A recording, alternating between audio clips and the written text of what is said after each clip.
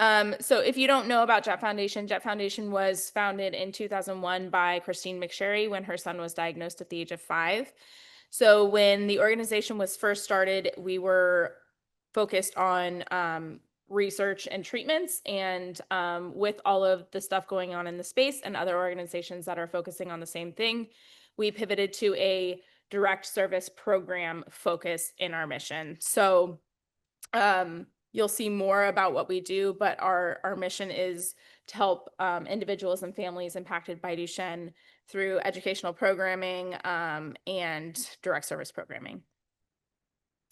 So these are our 4 pillars. There's our mission right there.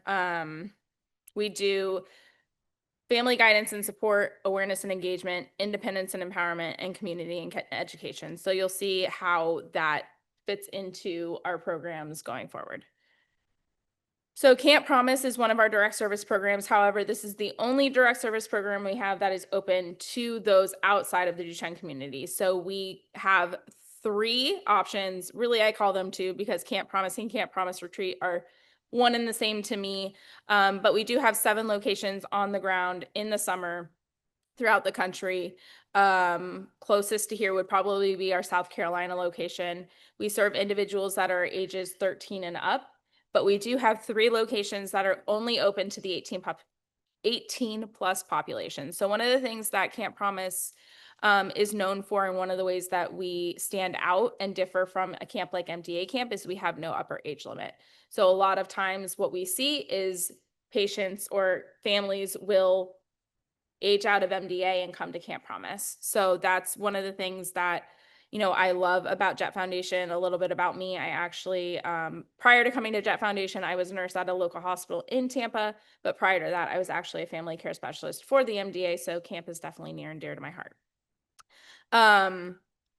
So we have our South Carolina is open to ages 13 and up, but we do have 3 locations, like I said, California, Ohio, and Arizona, that are only open to the 18 plus population.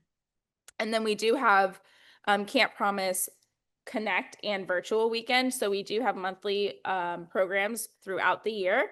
We have 2 each month typically that are open to the community, again, not just Duchenne, to connect virtually. And we also have virtual weekend, which is coming up next weekend, and it's like a mini camp for those who either aren't ready to go to on the ground camp or are unable. So again, 13 plus is also our age range for those virtual programs as well. And if you want information, there is a QR code, but I know it's going to go away. So if you have any questions, please just let me know and I'd be happy to answer them.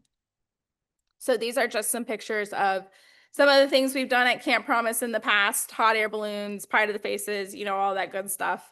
It is really just an amazing place to be. I go to Ohio every summer and then I rotate. So I will be in California this year as well, but I've been to Rockies, South Carolina, and if you want to know about the other locations, please let me know. You do not have to live in that state to apply to that location. So some families will make a trip out of it. We have outside of the ones that I've already mentioned, Colorado, Pennsylvania, and Washington are the ones I haven't mentioned yet. So again, you don't have to live in that state to apply. We do have our Jett Giving Fund, which is another one of our core programs. This program is only open to families and individuals who have a Duchenne diagnosis. So we have 3 programs under this fund. We have our Accessible Vehicle Fund, which is open once per year. It will open in October of this year.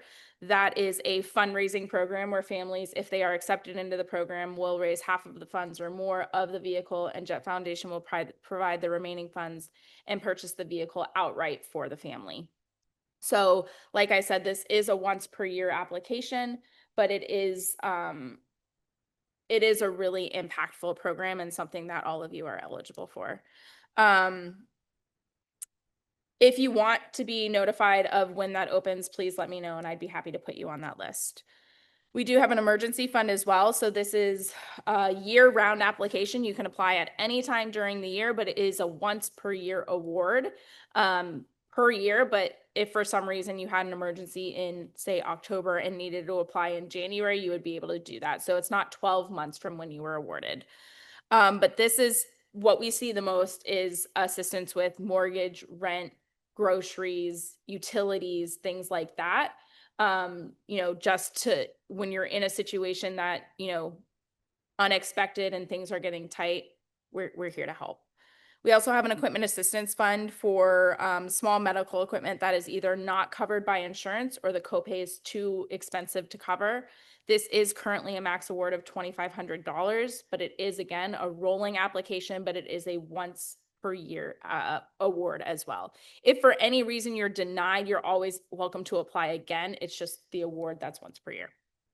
And if you have any questions about that, let me know. So this is just one of the pictures from our accessible vehicle van giftings. This is Darnita and Lido. And then we have just some really beautiful quotes from people that we've helped in the past. We do also have a community ambassador program. So this is, Trina actually started as a community ambassador. They are our support system for families. They're our eyes and ears on the ground. They're, where we're getting feedback on where are we going to workshops, what kind of education are we providing in our webinars.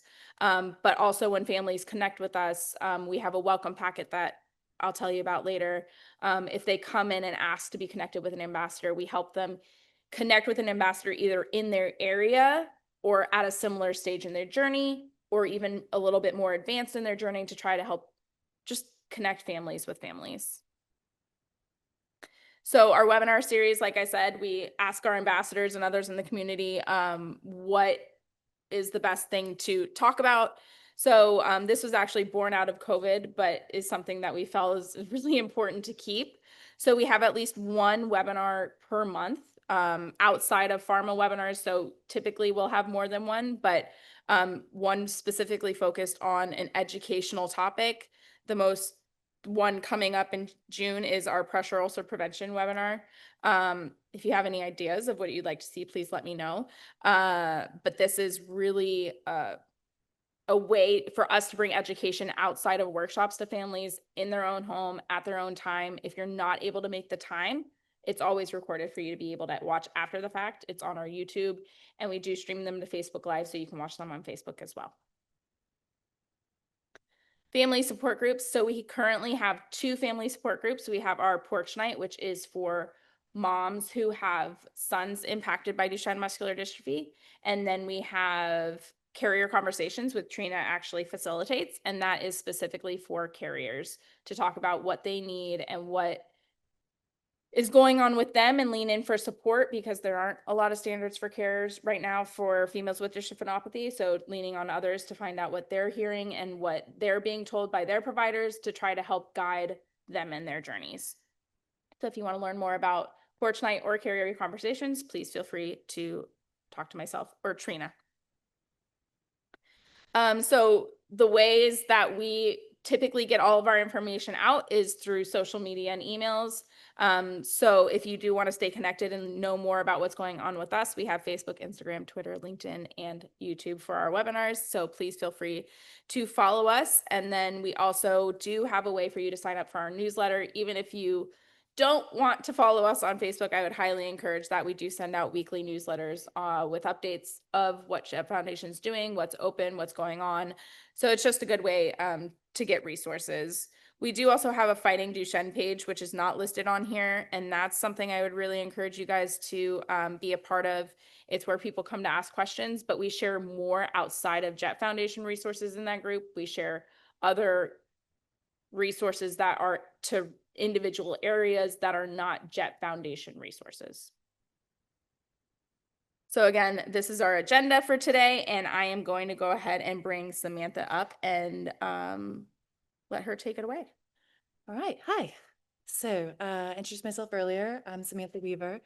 I have a lot of titles. I'm a DNP. I'm a nurse practitioner. I am a pediatric neuromuscular nurse practitioner. But ultimately, my I think best title is that I get to be a provider for our Duchenne families and MDA, and that has become really a big passion for me, and it's really why I love my job so much more in the last few years. Um, so I was asked to speak, and I got to be honest, I didn't know what to talk about. I had to ask. I'm usually very good about giving very technical lectures, talking about specifically how, to our fellows and my fellow colleagues, what's the standard of care? How do you take care of these kiddos?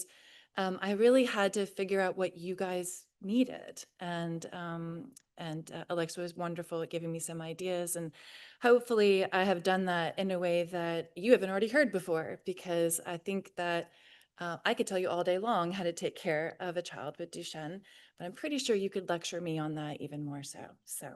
I decided to focus not only on sort of having the new diagnosis of Duchenne, but what does it mean now? What does it mean now versus what it meant 10 years ago, even 5 years ago? And what's the difference, right? What do we have as far as literature, and what is the new standard of care? I have a couple of disclosures. I think this is important to make sure that everyone understands what those are. Not a lot. So I did sit on an advisory board for Sarepta for gene delivery several years ago. It was very enlightening and interesting experience. And then I am currently a sub-investigator on an ongoing trial for eteplirsen, high-dose eteplirsen for DMD patients. So that is on our clinical trial side here. Everyone has objectives, right? So we'll sort of get through most of these, but these are just questions that I think any child or any parent that comes to me with a new diagnosis, these are the things we talk about. And it doesn't have to be on day one, but we managed to get through it. I bring you back in a few months, we talk some more. So the talking is a bit of a process, and sometimes a coping mechanism. So dystrophinopathy. What is dystrophinopathy?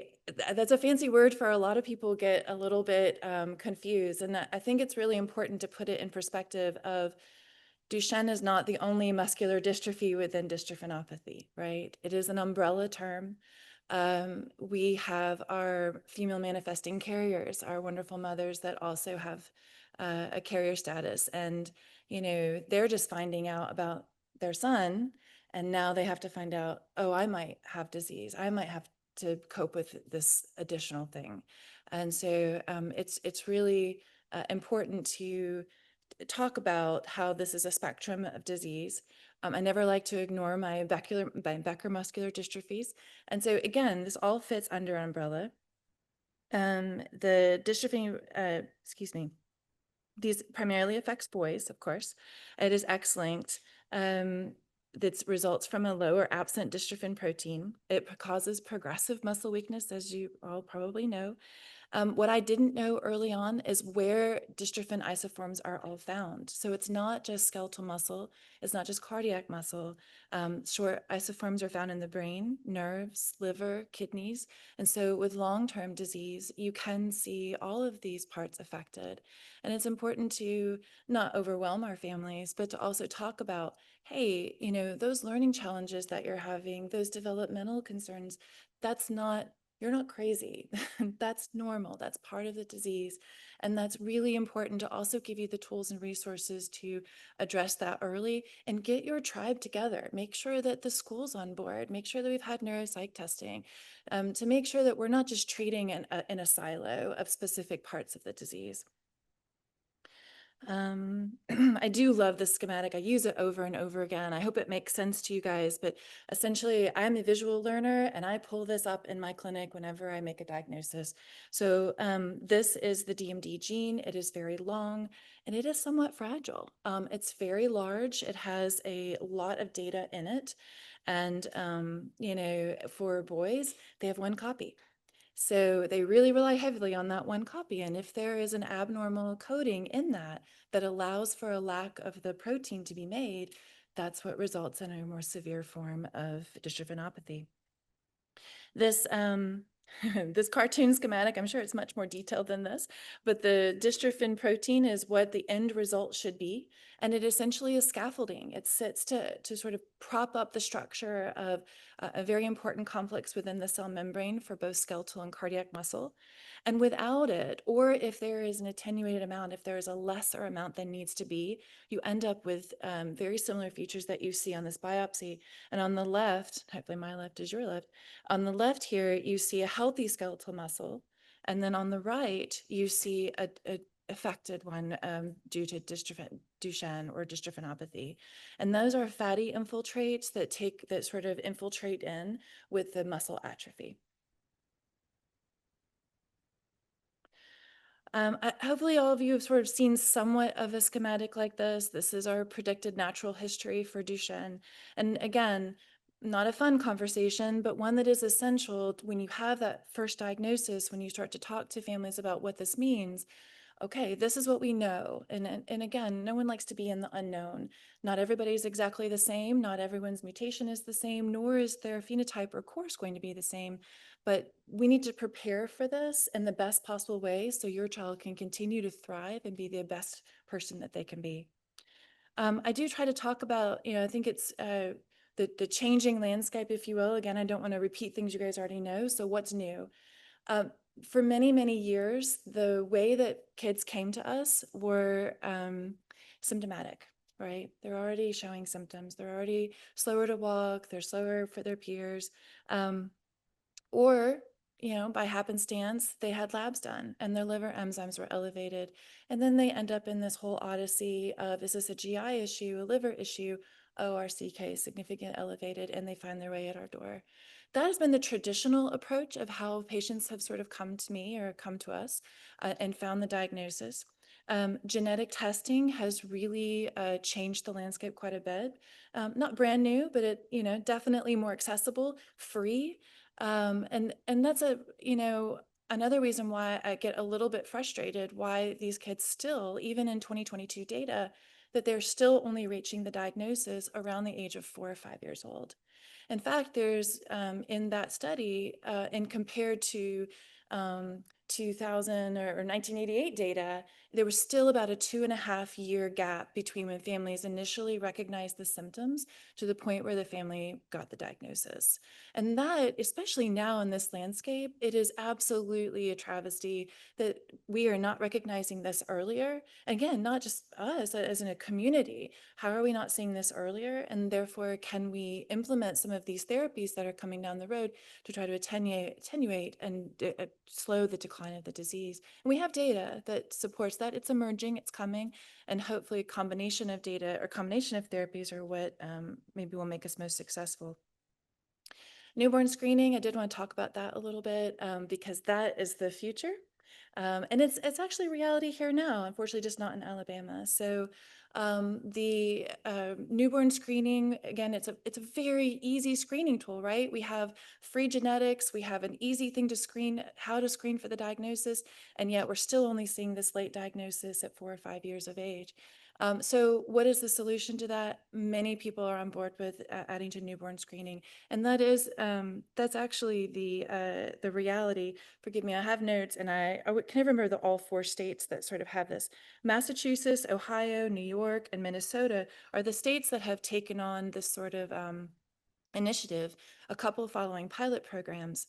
So why not national? Well, there is a national recommended panel, and that has to be approved through the Health and Human Services Department. Unfortunately, the committee that is sort of presenting that was recently, well, it was tabled, presented in 2022 and tabled, and then recently dissolved with current government initiatives, I suppose. That's the only thing that's been explained because there are opinion pieces out there of lots of advocacy groups as to why this is happening. So if you are interested in that and you want to know why this has not happened, I encourage you to reach out and voice your opinion. But I do think there are challenges to adding newborn screening, but the pilot programs have been very successful. And again, state by state, they are adding this. For the sake of time, I'm not going to go through each slide individually. I'm only going to touch on changes that I think have made, a huge difference in the last few years. Genetic counseling really hasn't changed a whole lot. Once we know what the gene variant is, then we consider the ripple effect, right? What is the origin? That is mom potentially a carrier? And are other siblings at risk? And then what is the inheritance factor? So I'll sort of leave it at that, and we can come back to it if we have questions. Treating phases of Duchenne, I think Jett does an amazing job at direct services, education. I think that the landscape needs all of the advocacy groups that are out there, and PPMD has done a wonderful job at providing concrete education pieces, advocacy for schools, what have you. So I really love these checklists. That's a QR code if you're interested, but this is, they're divided by early and late ambulatory stages, early and late non-ambulatory, and you literally take this to your appointment. I have been trying my best to sort of reinvent the wheel a little bit for our own MDA clinic. How do I help families walk away with all of the information that we give them? And I'm typing and writing, and at the end of the day, I might start using this a little bit more because it really helps families have agency and advocate for themselves in clinic. So it is still based on the 2018 recommendations, and we're going to get a little bit further down the line and say that there's some 2024 and 2025 recommendations. So this may be edited a little bit, but this is a great guidepost. Evaluating motor function. So evaluating motor function is probably one of the first things that we do, not only before we make the diagnosis, but after and subsequent exams. I love Luca. This movie, if anybody got to see it, I'll put a little bit in context. He was a merman and he became a person, and this is him trying to figure out how to stand, and it's a perfect replica of a Gowers. And so if anyone is knowledgeable about Gowers, it's one of our standards of, oh, this means proximal weakness. This is concerning for any child, and we need to do a little bit more investigation. There's lots of motor assessments out there. It's evolving. Dr. Alexander may speak to some as part of his research. Some of it is really key just to sort of gauge the progress of the disease. And some of it is really key in using for clinical trials. And how do we measure this very small changes? And how is it meaningful, right? How is it meaningful when we're trying to relate that to whether or not the therapy is helpful? The North Star still tends to be our standard of care at this point, but with additional other things such as the run walk, the 10-meter, a 6-minute walk test. I do a supine to stand pretty routinely, and those can be very helpful. And as those time numbers become longer, it can be more indicative of how long we have left to be able to walk. Okay, so this is a really big slide. I try not to make it so busy. I apologize, but it's a lot. And this is when I mentioned that there's new recommendations or guidelines. I really enjoyed this new paper from the Action Committee for Muscular Cardiac Care Considerations. And so I wanted to sort of look at the 2018 and compare it to the 2025. And PPMD actually helped sponsor the work behind the Action Committee. So it's sort of all in the family a bit. 2018 recommendations, again, it was a 3-part paper series, but it did address and standardize what we had originally been proposed in 2010. Annual electrocardiogram, annual echocardiogram, or cardiac MRI at 10 or less years of age. Again, really challenging because you got to have a kiddo that doesn't need to be put to sleep for a cardiac MRI, so we default more to echoes. But really at age of 10 years old, a daily ACE inhibitor, angiotensin converting enzyme inhibitor, such as lisinopril, enalapril, to help relax the muscle, the cardiac muscle, and take the stress and the workload off a little bit. And this is a preventative. This is by age alone. We're not worried about the function itself. If we see lower function earlier than that, that is absolutely recommended. But by 10 years old, all of our patients should routinely be trialed on this, as long as it's not contraindicated and they're tolerating it well. So what did we see in 2025? So this new paper, and again, I encourage anyone to, it's dense, but I encourage anyone to sort of sift through it. They reinforce the 10 years old mark, but they also say now at 12. And even before 12, again, if we're seeing systolic decline, then it's time. But a mineralocorticoid angiotensin receptor, mineralocorticoid receptor antagonist, an MRA, such as spironolactone or eplerenone. I say that better when I'm not lecturing. It is recommended starting at age 12, and as long as, again, the child is tolerating it. This is a preventative. Yes, we have an amazing cardiac team here, and we're just, after reading this paper and going through it in the last month or so, we're talking about making these changes. The irritability of the heart as it becomes more weak can also develop tachycardia. So these tachyarrhythmias are decrease the function of the heart overall. So beta blockers are going to be your drug of choice if you are seeing fast heart rates. And again, this is why your cardiologist is doing the Holter monitors. This is why your cardiologist is asking about these questions. Not everybody has to be on that, but that is the drug of choice should we see symptoms. Forgive me, I need help with this drug. This SGLT1, let me see if I can find it. So this SGLT1 is a sodium glucose cotransporter 2 inhibitor. Yes, see, I needed help. And essentially, it has not been studied in Duchenne patients, but it is part of the normal toolkit for adult heart failure. And so the recommendations for the SGLT2Is are really encouraged if you start to see a left ventricular ejection fraction less than 40%. How many of those do we see? We see quite a bit, actually. That's our late stage disease. Or if it's less than 55%, but we're also having elevated BNPs. And so very concrete guidance, this is really straightforward and really helpful, I think, to try to standardize the care for cardiac issues. Interestingly, diagnostically speaking, they really push home the value of an early diagnostic MRI, a cardiac MRI.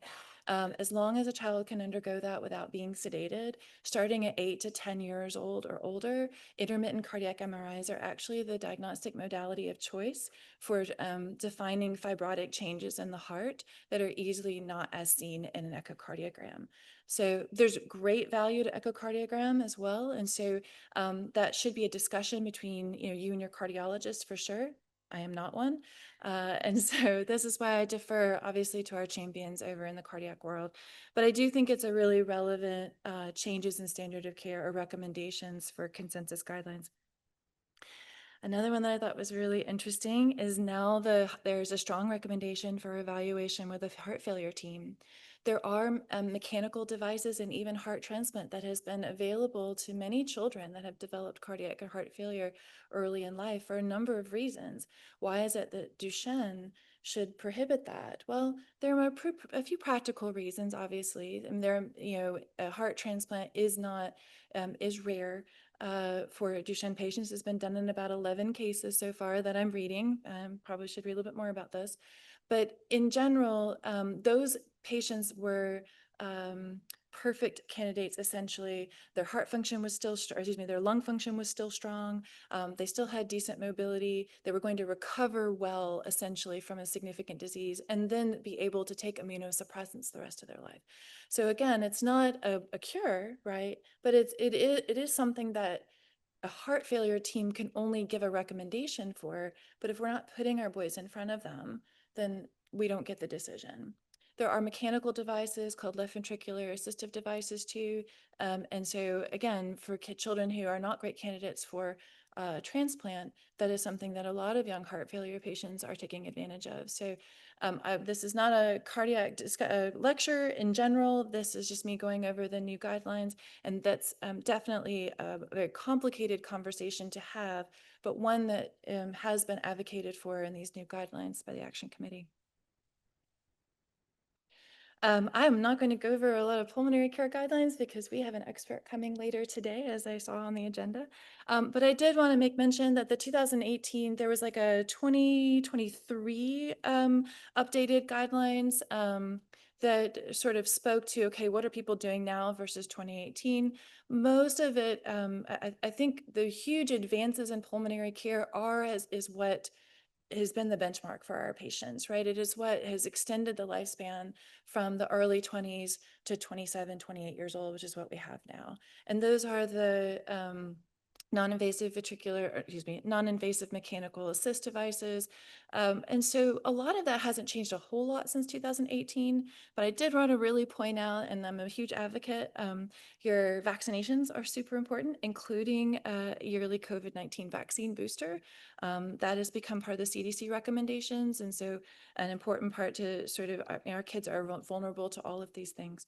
And then an additional indicator that if you see a forced vital capacity, a predicted percentile less than 50%, we need to start thinking about a sleep disordered breathing. And if you haven't already had a sleep study, that's an important thing to consider. But I will leave the rest of that to our expert later today.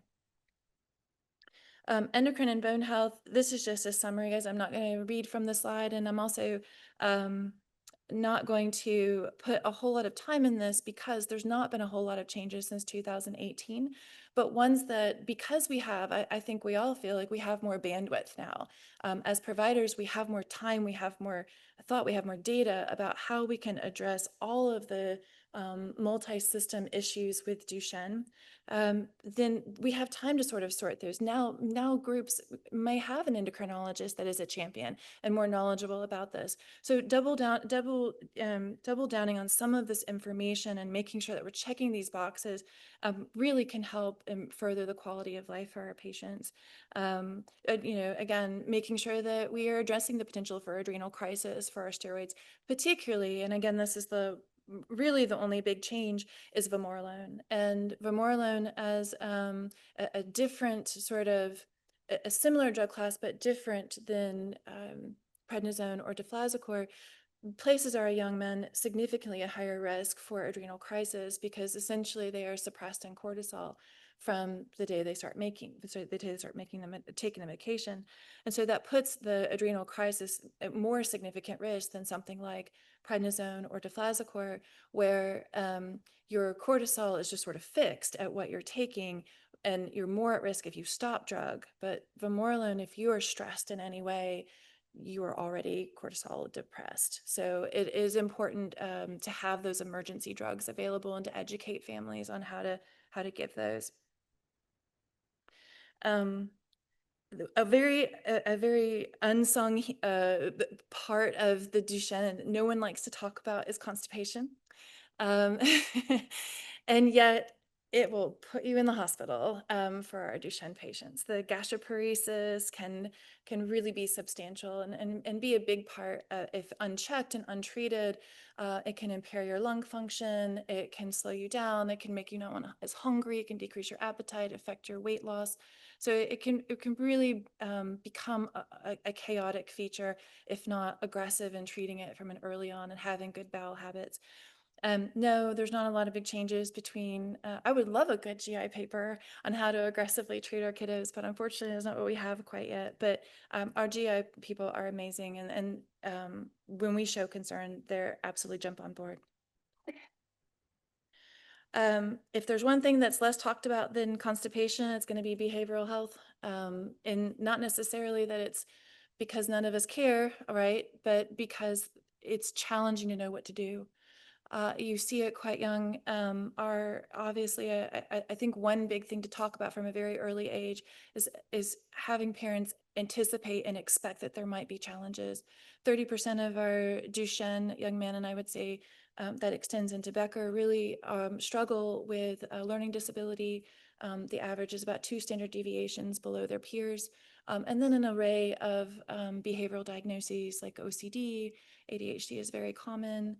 Autism is very common. And so again, how do we help families with this? Well, one, we talk about it. We take the stigma away. We take the shame away of there's something wrong with your child. There's absolutely nothing wrong. This is a lack of dystrophin and isoforms in the brain and the brain development.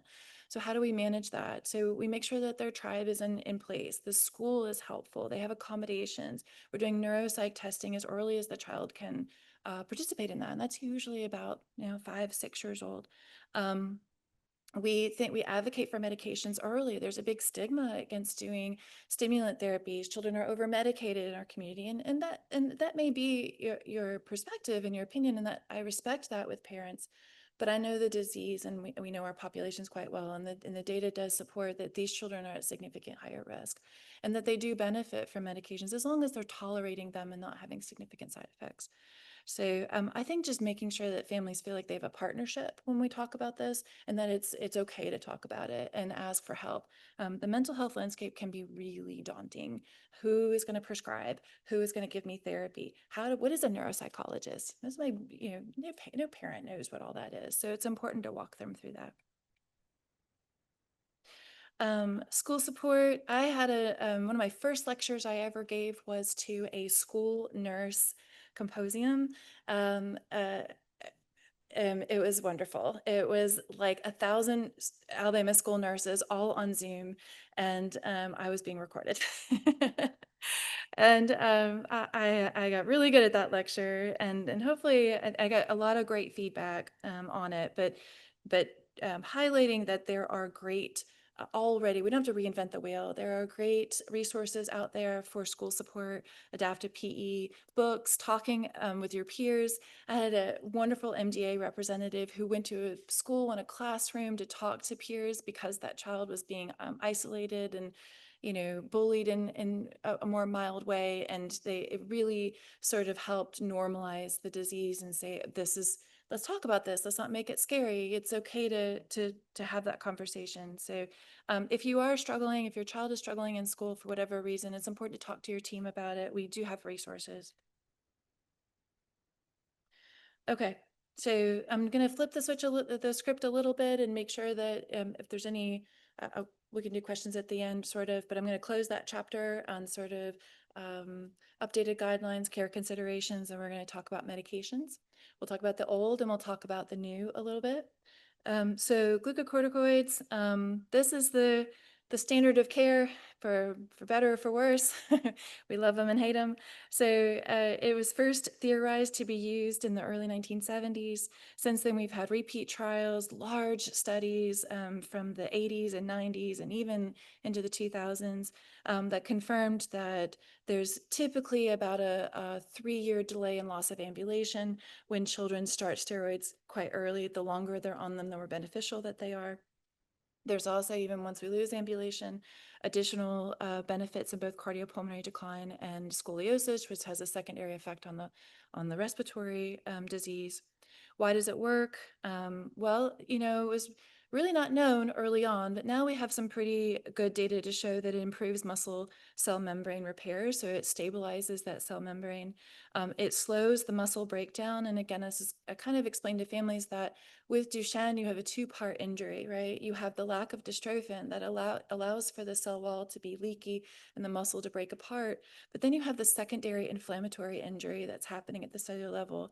And with that and the constant insult of cytokines, you have this chronic sort of inflammatory trauma that's happening at that level. By slowing that, by suppressing that, you can slow the disease even more. And that's essentially what steroids are theorized to do. It also, what do you take when you take steroids? You can increase your total muscle mass and strength by enhancing the the biomarkers for muscle production. 2017, deflazacort. Thank goodness for deflazacort. It came out, it came out in Europe many years before this, but it was approved in 2017. It is a prednisone derivative.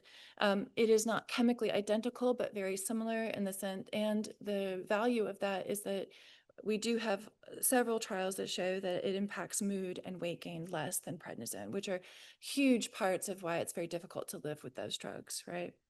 They all have extensive side effects.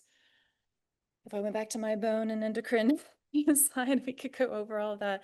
But potential for adrenal crisis, osteoporosis, metabolic disease, the list goes on. And you guys could probably educate me on that more than I could you. And so that's another reason why the MDA team does the labs that they do, annual surveillance, DEXA scans, scoliosis. So there's a method to our madness, and this is why, obviously. I brought that schematic back because I wanted to talk about what is actually no longer considered experimental. It is become standard of care, and I will say I have proof of that after going through a 7-level appeals process with a payer recently, and finally on the 7th level, the external review with a pediatric neuromuscular specialist that I requested overturned the payer's decision and said, yes, this is standard of care, and exon skipping therapies should be part of the Duchenne management. Exon skipping therapies, so there's a whole lot of fancy names for these, and I will not, I can say them, but not as well when I'm lecturing. Antisense oligonucleotides, we call them ASOs. You'll also hear them called PMOs. They're sort of a first generation of this type of skipping agent or RNA modulating therapies. There are new ones in the pipeline with edited or engineered modifications to try to improve the penetrance into the cell to have better effect. Because we do know that although these are great and they are standard of care, there's moderate improvement with these. So they are meant to sort of, in our world, it's meant to bridge to hopefully the next best drug. And more data that's coming out, and I'll go over kind of how they're used in a second, but more data coming out has shown that the loss of ambulation just by these drugs alone can be delayed by up to 3 years, particularly if they're started early. And then longer term improvements in both heart and lung. And we see that mostly with eteplirsen because it's been out longer. We have more data. We're hoping to see that in additional, there's still ongoing trials for golodirsen and casimersen. We think that, again, exon skipping therapy is a challenge for some. Many patients don't meet the criteria for it. It's really maybe up to 35% of Duchenne might meet criteria. Again, the deletions are the most common mutation for Duchenne. So, and you have to be in this very specific sort of hot spots in order for it to meet. But if you've been in my clinic and I've brought up sort of, okay, we're going to X out this piece, and so let's see if these pieces fit together. This is it's a really great visual learning to show, okay, if we skip out or we splice out one of these exons and we can get the puzzle pieces to fit back together, we can complete the reading frame and hopefully have some dystrophin in the muscle with weekly infusions. And right now, the best data we have is anywhere between 0.5% to 6% of dystrophin from baseline. This does not permanently alter the DNA, so it does degrade, right? It's an RNA modulating. It's after it's already been copied to RNA. So it requires to be a weekly infusion, and this is a lifelong infusion. And it's a lot. It's a lot for families, and I'm always impressed that they handle it so well. So that's standard of care.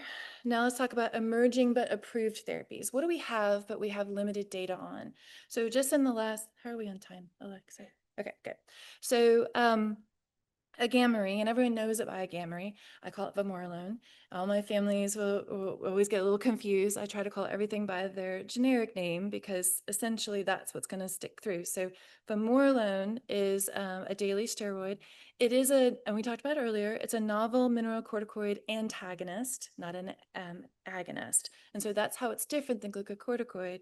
It is a new design, and so the goal is that it meets less receptors, or the theory is that chemically it joins with less receptors than the glucocorticoids. The goal in its initial theorization was that it would provide less immunosuppression. What we have found is that it still has a lot of the same pluses and minuses of glucocorticoids. It does seem to have a lesser impact on bone. We only have about 3 years, well, maybe a little bit more. We have about 3 years of published data right now to show us that the bone markers, so what markers that like turn over bone are actually improved. And the hope is that that will have a positive benefit on height velocity, right? So our boys have a lot of height concerns, and then, delayed puberty as well. So we think that the steroids have a lot to do with that. And so hopefully this new design may have a positive impact on that. It does have a lower reported mood risk, more stable weight gain than prednisone. There's not been a head-to-head with deflazacort, but the data against prednisone showed that it was just as effective. So this is a viable option. It's a great steroid option. However, the limited data and the potential for side effects do make it sort of a third line for us still. We have lots of data on prednisone and significant amount of data on deflazacort. So those are going to be my first lines. I'll even do a high dose weekend for options for my boys if they're still struggling with it. But for someone who can't tolerate any of those, vamorolone, I have a few now that are doing very well on vamorolone. Okay, so givinostat is a histone deacetylase inhibitor. It's a really fancy word for basically it helps to decrease the inflammatory injury at the cell level as well. It is a novel drug. It slows the turnover of the muscle essentially. It is approved for 6 and up. It's oral. It's taken twice daily. We have increasing data on it.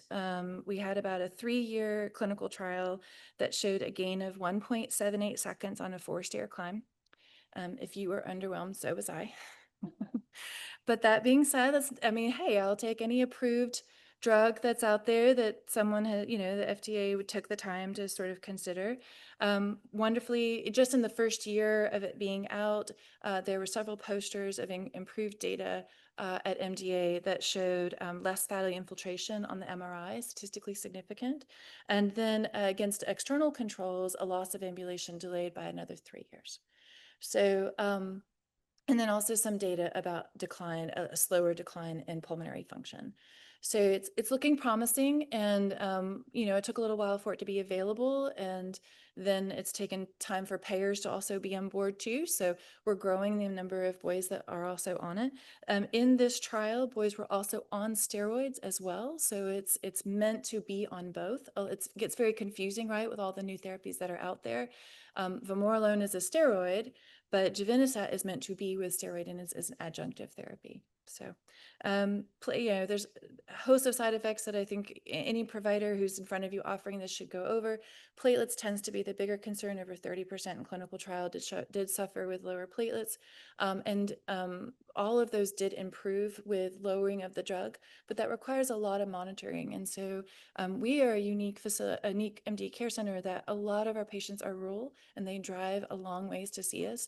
So asking them to do biweekly labs for the first month and then monthly labs for the first 3 months can be really challenging in the sense of they'll get them for me. They're wonderful families, they'll get them, but how do I get them to me? And there's a significant delay in trying to get those to me. So we're working through some of that, and I believe we have some good solutions. So it's just part of the process, right? It's a great drug, but how do you implement it? Delandistrogene, this is probably the most talked about, right? I think it's gotten the most fanfare, and you've probably heard about as much as I have about it if you're on any of the websites or talking to your providers about it. This is a single one-time dose. It is a gene therapy. It is packaged in a viral vector with a transgene, so the material, and then it also has promoter coating. So it's a 3-part compact, and then the promoter coating is attached or supposed to be directed only to cardiac and skeletal muscle. So that's why it is not supposed to affect other cell lines or other cells. The data that we have has been good. It's promising. Early on, there were evidence of slow disease progression, particularly in boys that were ages 4 and 5. We have more data that came out in MDA that showed against external controls a significant more improvement, a slowed motor loss. As you may know, also, there's potential for severe immune response and adverse effects, and that has to really be considered against the potential for benefit. How late is the disease? How late? Remember I said there's isoforms in the liver, there's isoforms in the kidneys.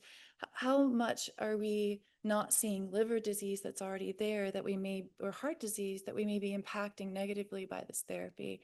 So it's not an easy decision, I think, for provider, program, or family to make a decision about this. Once you do have this one therapy, I make it very clear that additional gene therapies, should they be approved, which again, we don't know that they will, those would not be an option. So it's a lot to think about for families, but we do show that it's the dystrophin on the biopsies can be as up as 40 to 50% on pre and post. So, and it really does serve to the point of the root of the disease, of replacing what is missing. So it's probably one of the most effective and comprehensive therapies that we have so far, and promising. And with that, we're hoping that additional adjunctive therapies can further slow the disease. So I really love this. This came from Sarepta and one of their publications. And you see the dystrophin staining. There's your control on the left. It's a biopsy. And then there's a baseline Duchenne patient skeletal muscle biopsy. And then you have post-baseline. So you have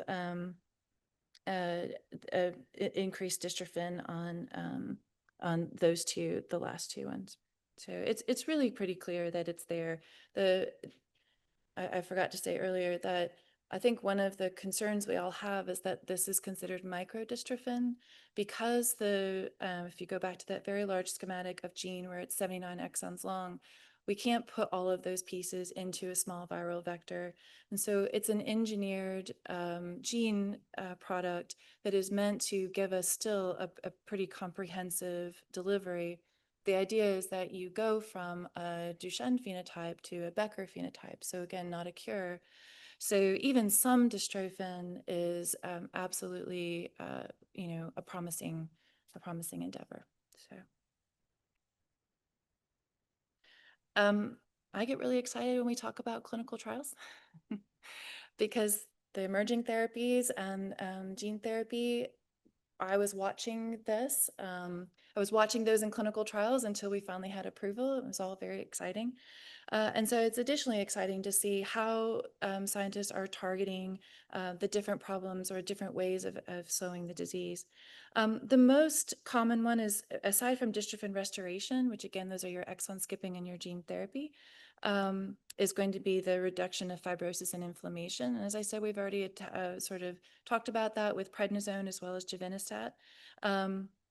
Ifetroban, forgive me, you didn't want me to put all of this in the slide.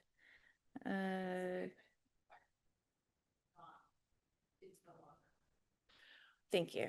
Did they stop the trial? Yeah, it's not always easy to find the data. Apologies. Thank you, Alexa. So the ifetroban is also used to block inflammation and fibrosis of the heart. It's a cardiac specific option. It is only in phase 3, so we'll see what the data shows. I will ignore pemivibulab. Pemivibulab, it's a monoclonal antibody. Those other types of ASO therapies I mentioned that have an improved penetrance into the cell using either peptide or antibody agent are all in early stages, phase 1, phase 2, but there was some data presented at MDA that was promising, but just in smaller population. The one that I didn't put on here, and I forgive me for not, it's actually in front of the FDA. It's a cardiac specific drug called deramiocel. It's a novel cell therapy. It's engineered from human heart tissue, donor human heart tissue. And it's given in quarterly infusions. Deramiocel targets the inflammation and fibrosis of specifically the heart, while still promoting muscle regeneration. There was a good webinar from the company that I think PPMD hosted not long ago, I think in March, and they also presented data not only on heart and improved ejection fraction, but also upper limb motor. So it's good data. We're very interested to see what the phase 3 trial data that they've presented to the FDA looks like, and the hope is that it will be have a decision by August, end of August. So I think one of the last things, and how are we on time? Are we okay? Yeah, this is the last slide. Coping with the diagnosis, you go through this whole conversation in the room with families, and you're exhausted and they're exhausted, and then you sort of feel like you've haven't given them a whole lot of hope, right? And I feel hope every day when I go to MDA. I feel hope every day when I come and I see these patients. They're just a joy and they're so full of life. And I just, I see how they thrive every day. And I want family, I want to replicate that and show the families that um, just because we have this diagnosis doesn't mean that they're not them. And this is just a hurdle of part of being a parent, a big one, but a hurdle. So these are, to me, a good checklist that I try to hit a few points when I go over with the families, maybe on follow-up 2 or 3 in. But one time a family asked me, and I really stumbled, how do I tell my child that they have Duchenne? And so I really enjoyed this webinar. As the first QR code, it was decently short. It wasn't too long. And one of the speakers not only was a specialist, but also had a child with Duchenne. And so it was a good one. Again, research trials, I put Jett Foundation's clinical trial cheat sheet. And I'll have to go back. I thought that one was on there, but it does. I think that's really demonstrative of how often this stuff changes and how clinical trials will, even at phase 3, sort of no longer exist. Oh, no, thank you. No, thank you for the question. It's really good to not, this data changes and it's important to have the right data at the right time. I'm not a big social media fan, but I do recommend signing up for certain ones. And then please consider joining the International Duchenne Registry. And that really feeds to, they'll ask you, it is all private, but they'll ask you like your child's mutation, their specific course, their disability, and they will give you, it'll give you updates on like what clinical trials might impact your child and might be unique to you. So it goes towards national data, but it also is very helpful for families. So these are all, I did a search. These are all our amazing tribe that helps support our families in addition to our MDA Care Center references. And these are just a few amazing people on our MDA Care Center. So my colleagues. Any questions?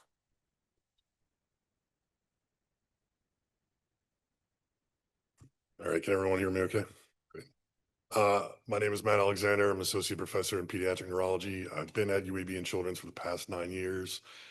Simply put, my lab is really interested in uncovering new ways we can treat Duchenne muscular dystrophy, as well as a couple other really rare neuromuscular diseases. And we use a lot of different tools and techniques.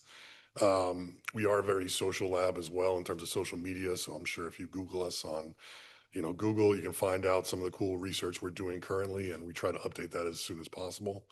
Um, I just want to put things in a little bit of perspective. When I started, my career in graduate school like 20 something years ago, Duchenne research was still the best you could hope for was maybe better ways to diagnose Duchenne or better ways in which, we can deliver, administer care. And I think everybody here can appreciate that it's changed rapidly in the past 5, 10 years, as Dr. Weaver has told you about, to where we're getting a lot of these newer treatments faster and the field is evolving. And so as it's evolving, we're learning more and more about both the disease as well as the molecular causes of Duchenne muscular dystrophy or the dystrophin protein. I do come from a clinical department as well, so here are my disclosures. However, nothing I'll be talking about today is relevant or tied to any drug trials currently.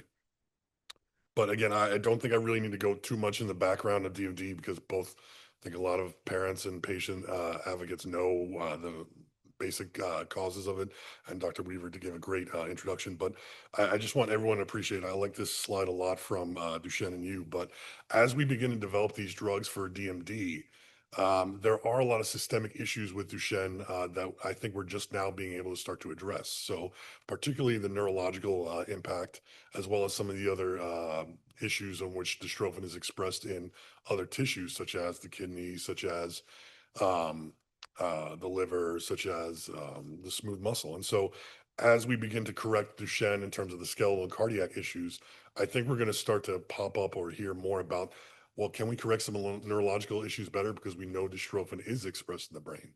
And so that's kind of where my lab and other labs have kind of really kind of tried to tackle, can we uncover the exact role of dystrophin in the brain? What tissue pathways is it important is, what signaling molecules does dystrophin interact with, that sort of thing. And so, again, I like to show this slide. It's kind of wow, I didn't realize that dystrophin is just such a huge gene to work with. But again, it's one of the largest genes in the human genome in terms of it has 79 exons. It has multiple different isoforms, and they're all very interesting in terms of they have a different or unique impact on health or function or basic biology. And so I think a lot of us, I think my pointer's working. Kind of, yeah, so can appreciate that the large isoform that's expressed in heart and skeletal muscle, that's the one that predominantly impacts, things such as ambulation, cardiac function as well. But there are other isoforms as well. There's a retinal isoform that controls retinal muscle movement, DP260, as well as some of these smaller isoforms, DP140, that regulates neurological function. And so, again, these are interests in my lab in terms of what exactly is Duchenne, or sorry, dystrophin, the protein, doing in other tissues. This comes from another kind of recentish review, and I really like it because it kind of tackles some of the ways that investigators are approaching finding new drugs and finding new treatments. And again, it goes back to the systemic nature of the disease in terms of, again, most people are pretty familiar with working on the muscle aspects shown here, but I think we're going to have to really start addressing some of the neurological aspects as well. There are some really good drugs for cognitive behavior that kind of treat a broad spectrum of symptoms for patients with just cognitive issues, but I don't think there's anything that really tackles the role of dystrophin itself in terms of the cognitive issues. And as I mentioned, there's drugs emerging now to deal with bone and health issues, as well as smooth muscle issues caused by lack of dystrophin.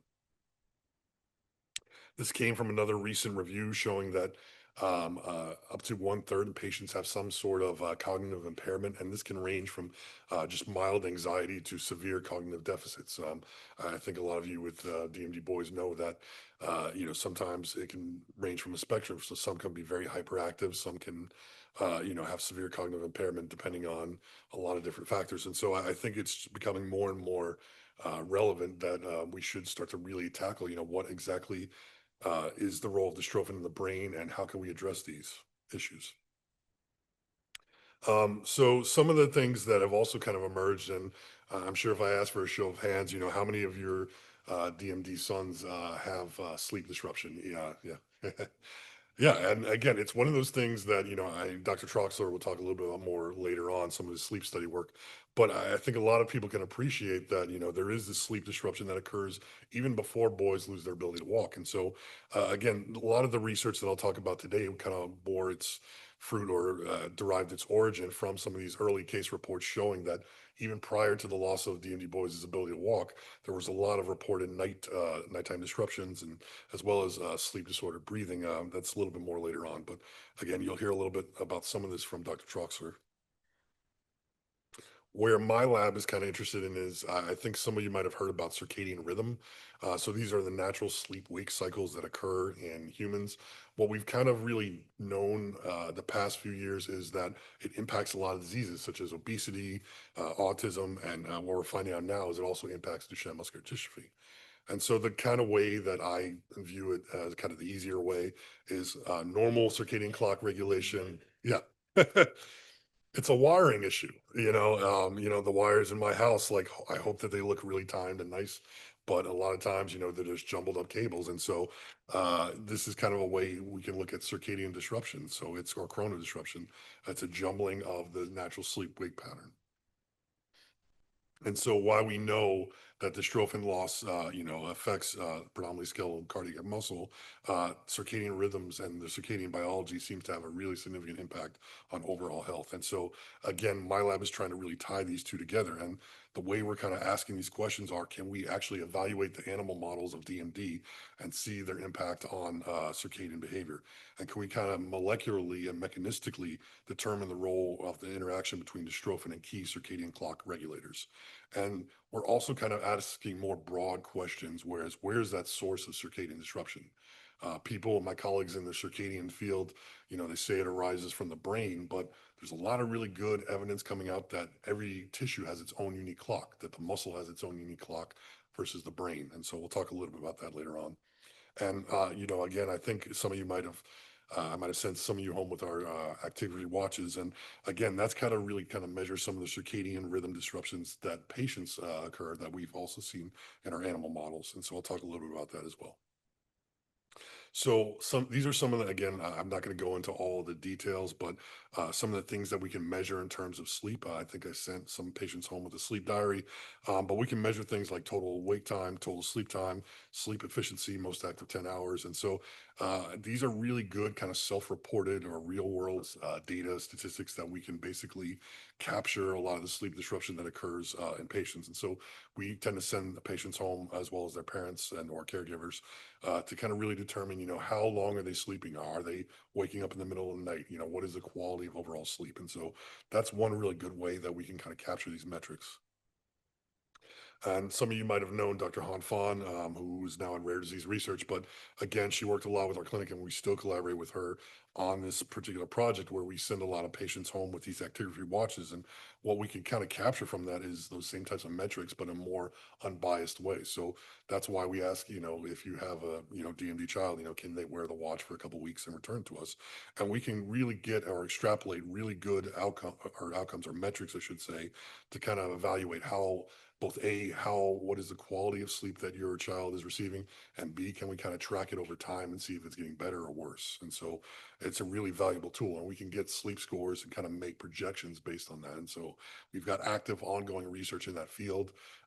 We've been running it for the past 4 or 5 years now. And so again, we're just starting to get that long-term or longevity data, and it's really valuable for us.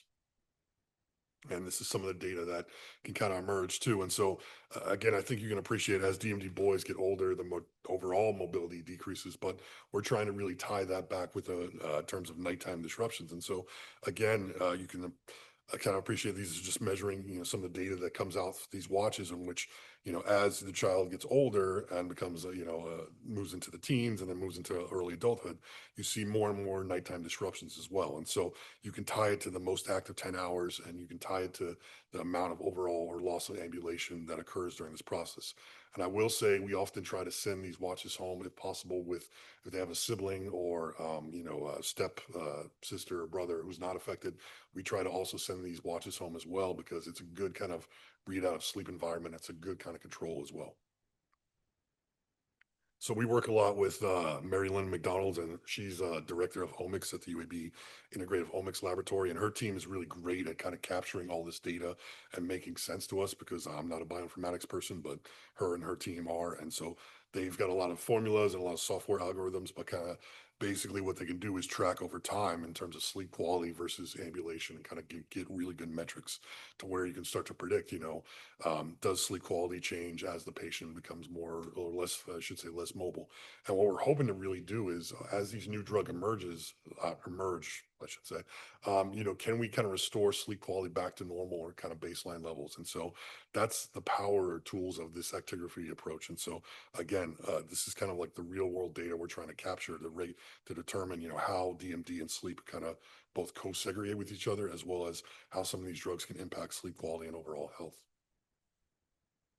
So what we do in mice, and again, I will mention, if anybody ever wants to come to our lab, we give really great lab tours. We tell you exactly, where your tax dollars go and how it benefits research overall. But we can do really cool things in mice we can't obviously do in humans. And one of the things we can do is kind of track their overall sleep quality by putting them in isolated cages and monitoring them for days or months even. And so these are these digital ventilated cages. And essentially what we do is we monitor their total movement. So when the time they're awake to the time they're asleep.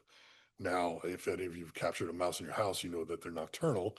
So you'd imagine the script is a little bit flipped in terms of their MDX or the DMD mouse would be more active in the nighttime versus in the daytime. And so what we noticed though, and again, it's hard to kind of see, but if you zoomed into some of those sleep trackers, you can see that as disease gets worse, the number of daytime disruptions actually increases. So again, this is kind of like really kind of marrying the human data that we see in our DMD patients with the mouse data. So as disease gets worse in mice, we see disruptions in sleep.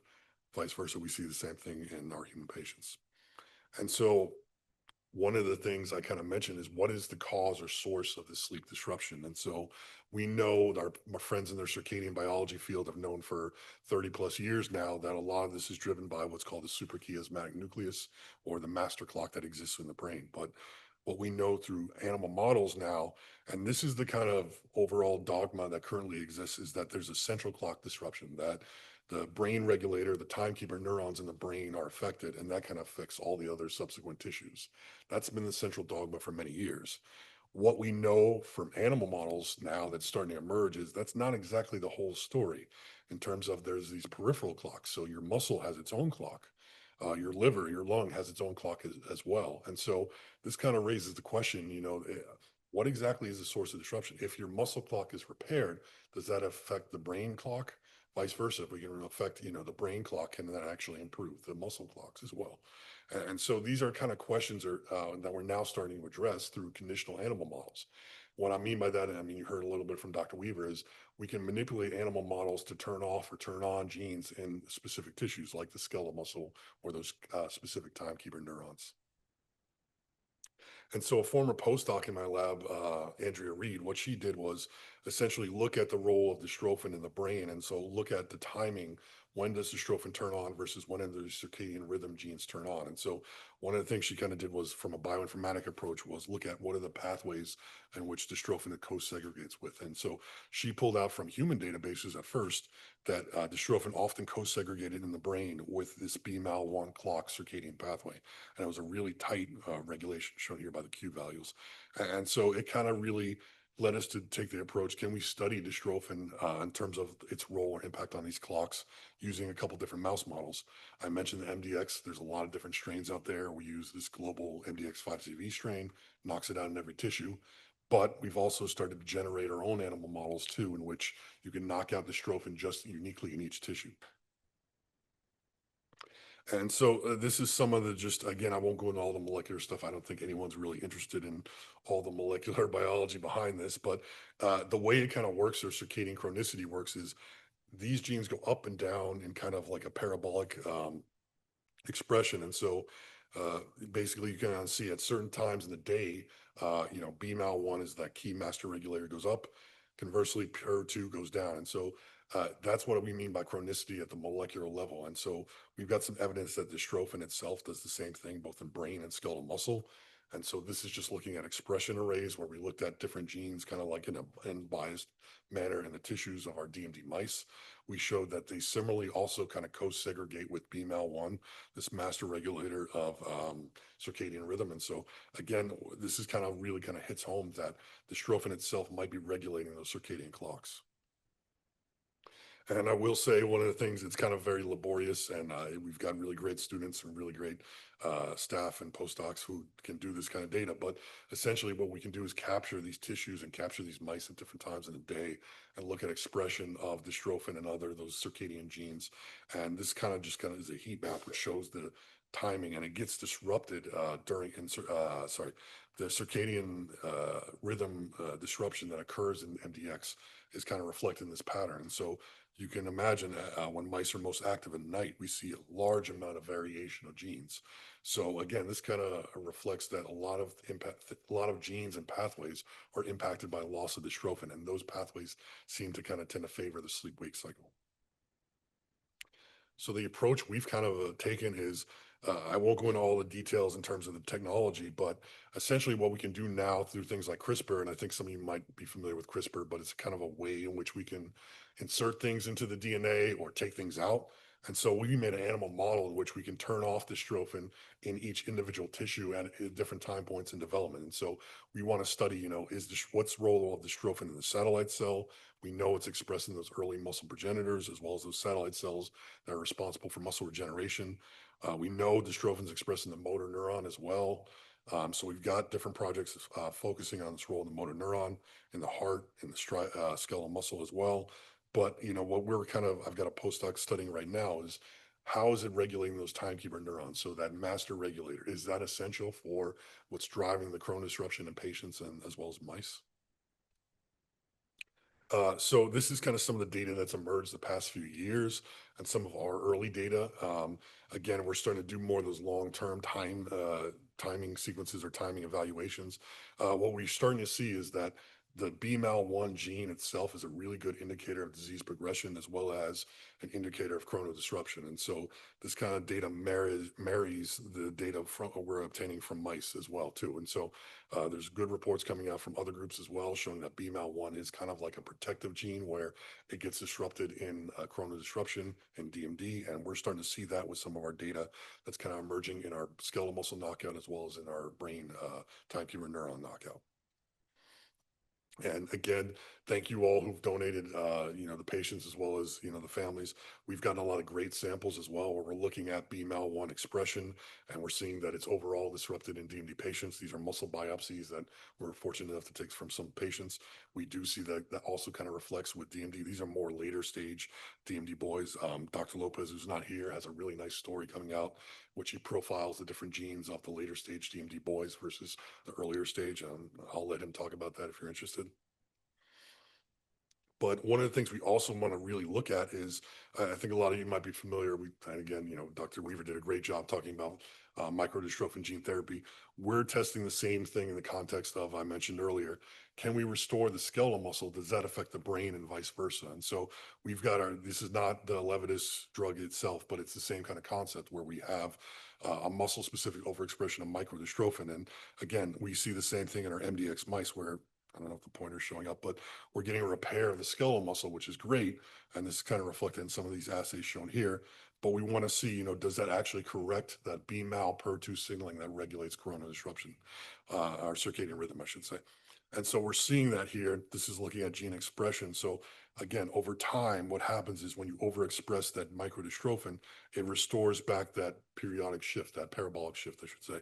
So you get to see that naturally occurring circadian rhythm occurs. So when BMAL1 is up, PER2 is down and vice versa. And that doesn't occur in DMD, but we're starting to see that when you overexpress the microdystrophin construct. Again, I might have spoke a little too fast, but again, everybody's welcome to email me. We're a very social group and we're happy to go into depth in terms of some of this technology and some of the cool stuff we're doing. Again, this is not done in a vacuum. A lot of the people in my lab, particularly Dr. Muthu Kumar Karupasamy, as well as Dr. Andrew Reed, not shown here, Catherine English helped out a lot with these studies. We've got great collaborations with our MDA clinic, Dr. Troxler, Dr. Weaver, Dr. Koskari, and Dr. McLeod. And again, I'll just leave on, this science and this research in general is not funded in a vacuum as well too. I don't think I need to tell this group the importance of scientific and general health research. Every new drug, and studies have shown this since 2015, has some ties to academic research. And it's very vital, not just to my lab, but to the research enterprise in general. So I think everyone can appreciate how important scientific research is as well as medical research. So I'll end that on that and happy to take any questions.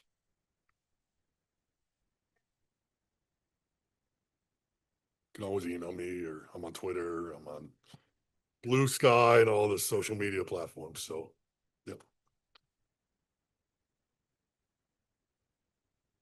I am going to bring up Jenny Redeker, and she's going to talk about navigating community resources.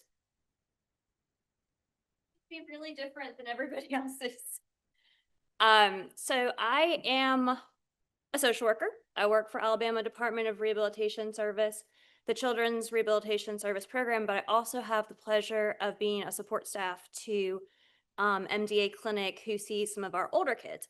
And so in my day job, I'm typically working with transition age kids, but then every once in a while, I get to spend some really great time with my friends at MDA. So I'm going to talk a little bit about what it is to be a parent when we get the kind of the unexpected diagnosis that affects so many different parts of our life.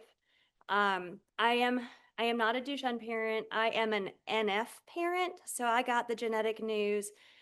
Yes, neurofibromatosis. So I got my genetic diagnosis for my daughter when she was 2 and was diagnosed with a brain tumor. So we went through a lot of that medical. NF also likes to mess with neurocognitive factors, similar to what Duchenne does. And so we do have a lot of similar experiences now, even though our brain tumor is great and it is not impeding our function there's other things we have to think about day to day. So I'm going to share some resources that I've used, some that I've used with clients, and then I'm going to talk a little bit about the bigger government programs. If at any point there's something that's up here that you want to delve into deeper, you can either talk to me at lunch or put your hand up, okay? So this should be pretty kind of what you all need and what you all want.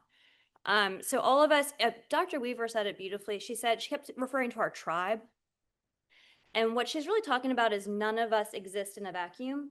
And that's for any of us, any parent in this room. We do not have a child and then it's just us and that child and it's all us on our own. We are all working within our tribe. When we do get an unexpected diagnosis, our tribe does get bigger and our intentionality needs to become, I think, a little bit more precise. We have to really think about who and when and what we need to bring into our tribe pretty early on, even as we're dealing with kind of the trauma that comes with getting an unexpected diagnosis. And so we kind of have to put on a lot of hats real quick. And we have to remember that our kids live in many places in the world. They have their group at the doctor's office, but they also have their school system supports. You have your community supports. You've got to make sure you've got access to social opportunities. Our kids can't just be in the hospital all day with no additional access points. And so it leaves a lot for us as parents to really think through. So I'm going to try to touch on a little bit of all of this. These slides are anyone, if you want to take pictures, if you want copies, I'm happy to give them out.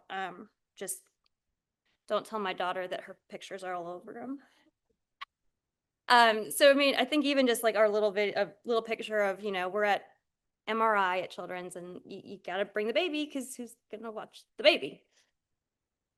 I think this is kind of something to think about at every age and stage. We really need to think about as parents. People are always going to ask, oh, what can we do for you? What do you need? What do you need? Well, we need to know, what do we need? Because when we interact with different community resources, they're not going to be particularly clear about what they do. Typically what they say to us is, okay, well, what do you need? And I'm like, I don't. Everything? I don't know. What do you do? So the key is just knowing in the moment when you are going to interact with a community resource, what is it you need specifically? Just being able to sit down, think through, and knowing that is going to help you get really far in terms of accessing the services you really need. And then there's always the bigger question of what do you want? And I think that question always needs to be circulating as our children develop. Okay, we know we've got our needs over here, but let's also think about our want list and keep that kind of active in our heads too, because we want to be bigger than just our needs. We want to be able to have our kids having the full experience that every other child has access to. Identifying our stakeholders is really important. Again, this changes. Different ages have different needs, different stakeholders, but also just knowing their names, knowing who they are, using my chart, using apps, writing down, okay, this was the person I talked to who's with this organization. However it works for you to organize it, but keeping your stakeholders kind of identified, however that works for you. I'm terrible and disorganized and my care binder is a nightmare. But I love my chart app and that's helped me really keep my stakeholders pretty better contained. We all get overwhelmed. If you feel overwhelmed, pick one thing and give it a time frame and everything else can wait. Put small goals maybe. Maybe we're going to do something small today. Maybe it's just about making a call to get a new physical therapist because the old treating therapist is leaving. Maybe that is your only goal and that is your only goal for the day. Maybe that's your only goal for the week and that's okay. But just being really willing to recognize that nothing's going to happen all at once. Just like no part of development do we expect people to do everything at once. We have to figure out small goals, especially as parents do too. We just have more of them. Okay, so with the idea of what we need and what we want, one of the things that I think we all find ourselves needing at some point when we enter into the medical sphere is potentially some financial support resources. Most of us, when we come in, we have insurance that we have no idea really what it covers because we've never used it this way before. When we got our diagnosis, we had United Healthcare. I didn't really know what an 80-20 split meant, but I found out the hard way that it means, oh my God, are you going to owe children's a lot of money? Um, and so we had to figure out how we were going to navigate that. I actually ended up moving from a private practitioner job to the state because you need health insurance that actually provides insurance. But these are some grants that I've really enjoyed and I have used. So please feel free to take pictures. And if you don't know any of them or want any more information on them, come find me at lunch. But these are excellent programs to use for those extra costs associated when you have private insurance. And some of them will work with you if you've got Medicaid as well. United Healthcare Children's Foundation grant program is actually the one that we did end up using when my daughter was really expensive for a couple years. And it's a great access point to anything your copay, like if you've got private insurance and no Medicaid, it is a really nice way to get stuff covered. So I've just a plug for that one. We use Libby's friends at the office constantly. They are amazing and they will do small, like 1,500 and under for medical equipment that's not covered by insurance. Also, we did lose Libby this week. Yes, I'm so sorry. It was horrible. And everyone, if you can say prayers for her family, please, that would be very appreciated. Individual and family support councils are options too. These are much smaller public grants. Just Keep Smiling comes into play if you've been in the hospital for a while and you have bills that start to become piled up because you're stuck in the hospital and aren't going to be able to work. And then let's not forget respite services. They're not, this is a respite program that is like a little bit, I don't know. It's great. They will give you a voucher, but you have to find the provider. And that's how a lot of respite people are going to tell you, you need respite, you need respite, you need respite. You do. 100% you need respite. The problem is right now in Alabama, we are finding that there is a real deficit in providers that are not provided within the family system. So often it's that like you have to have a neighbor, a friend, a family member, and then you'll pay that person. But they'll give you the voucher money to help you pay that person. So these are the kind of the non-government programs that I think are really helpful. Social connections is, I think, something we lose track of, especially as our kids get older, because life gets very complicated and very busy. I don't have to explain it to any of you. So remembering that there are places that you can connect socially, even when you are in the midst of a lot of medical, are good to know. I hope most of you are familiar with Children's Harbor and what they do. Yes? Okay. Full Life Ahead. Anyone familiar with that one yet? Okay, this is going to come into play a little bit older.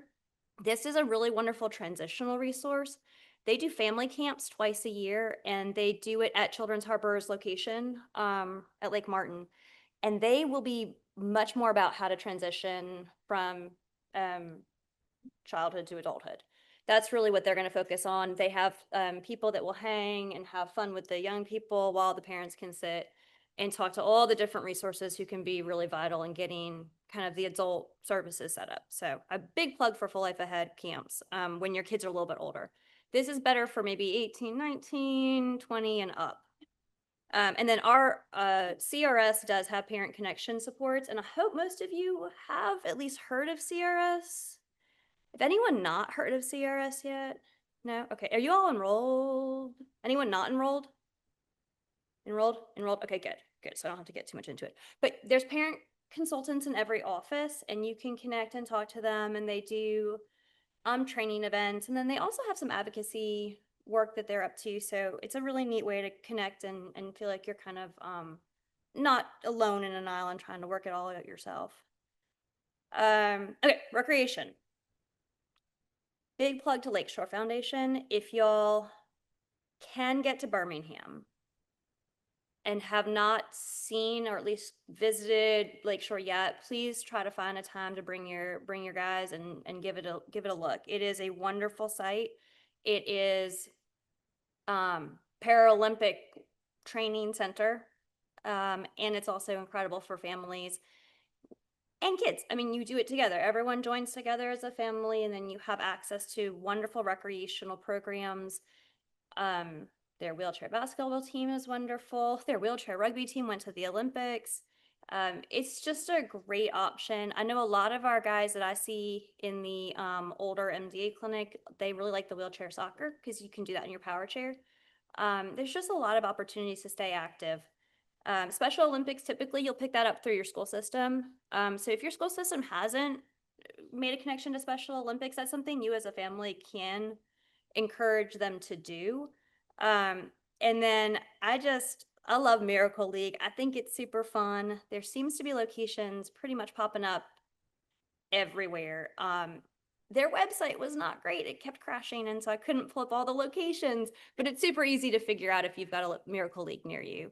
And then I played the adaptive hunting and fishing is something I hear so much more in MDA clinic than I hear in a lot of other places. And so we have a few guys that come who are pretty aware of what's out there for hunting and fishing, but just know that power chairs can be modified. They can go off-road. There are ways to be out in nature, even if you need equipment to get there.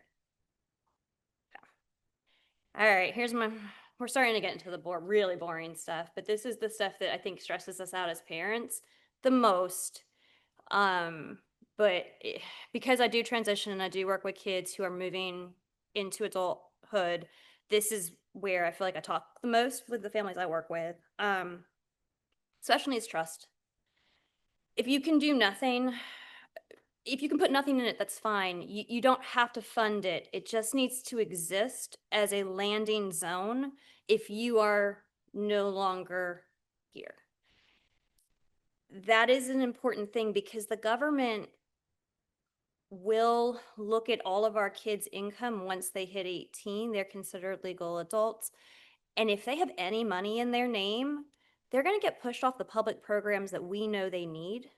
And so we want to make sure that that never happens to them. So we want to make sure that if we want to leave, like let's say we have life insurance or we have, our retirement through work, we want to make sure that that goes into a safe place so that it can't affect them from accessing the programs I'm going to talk about later.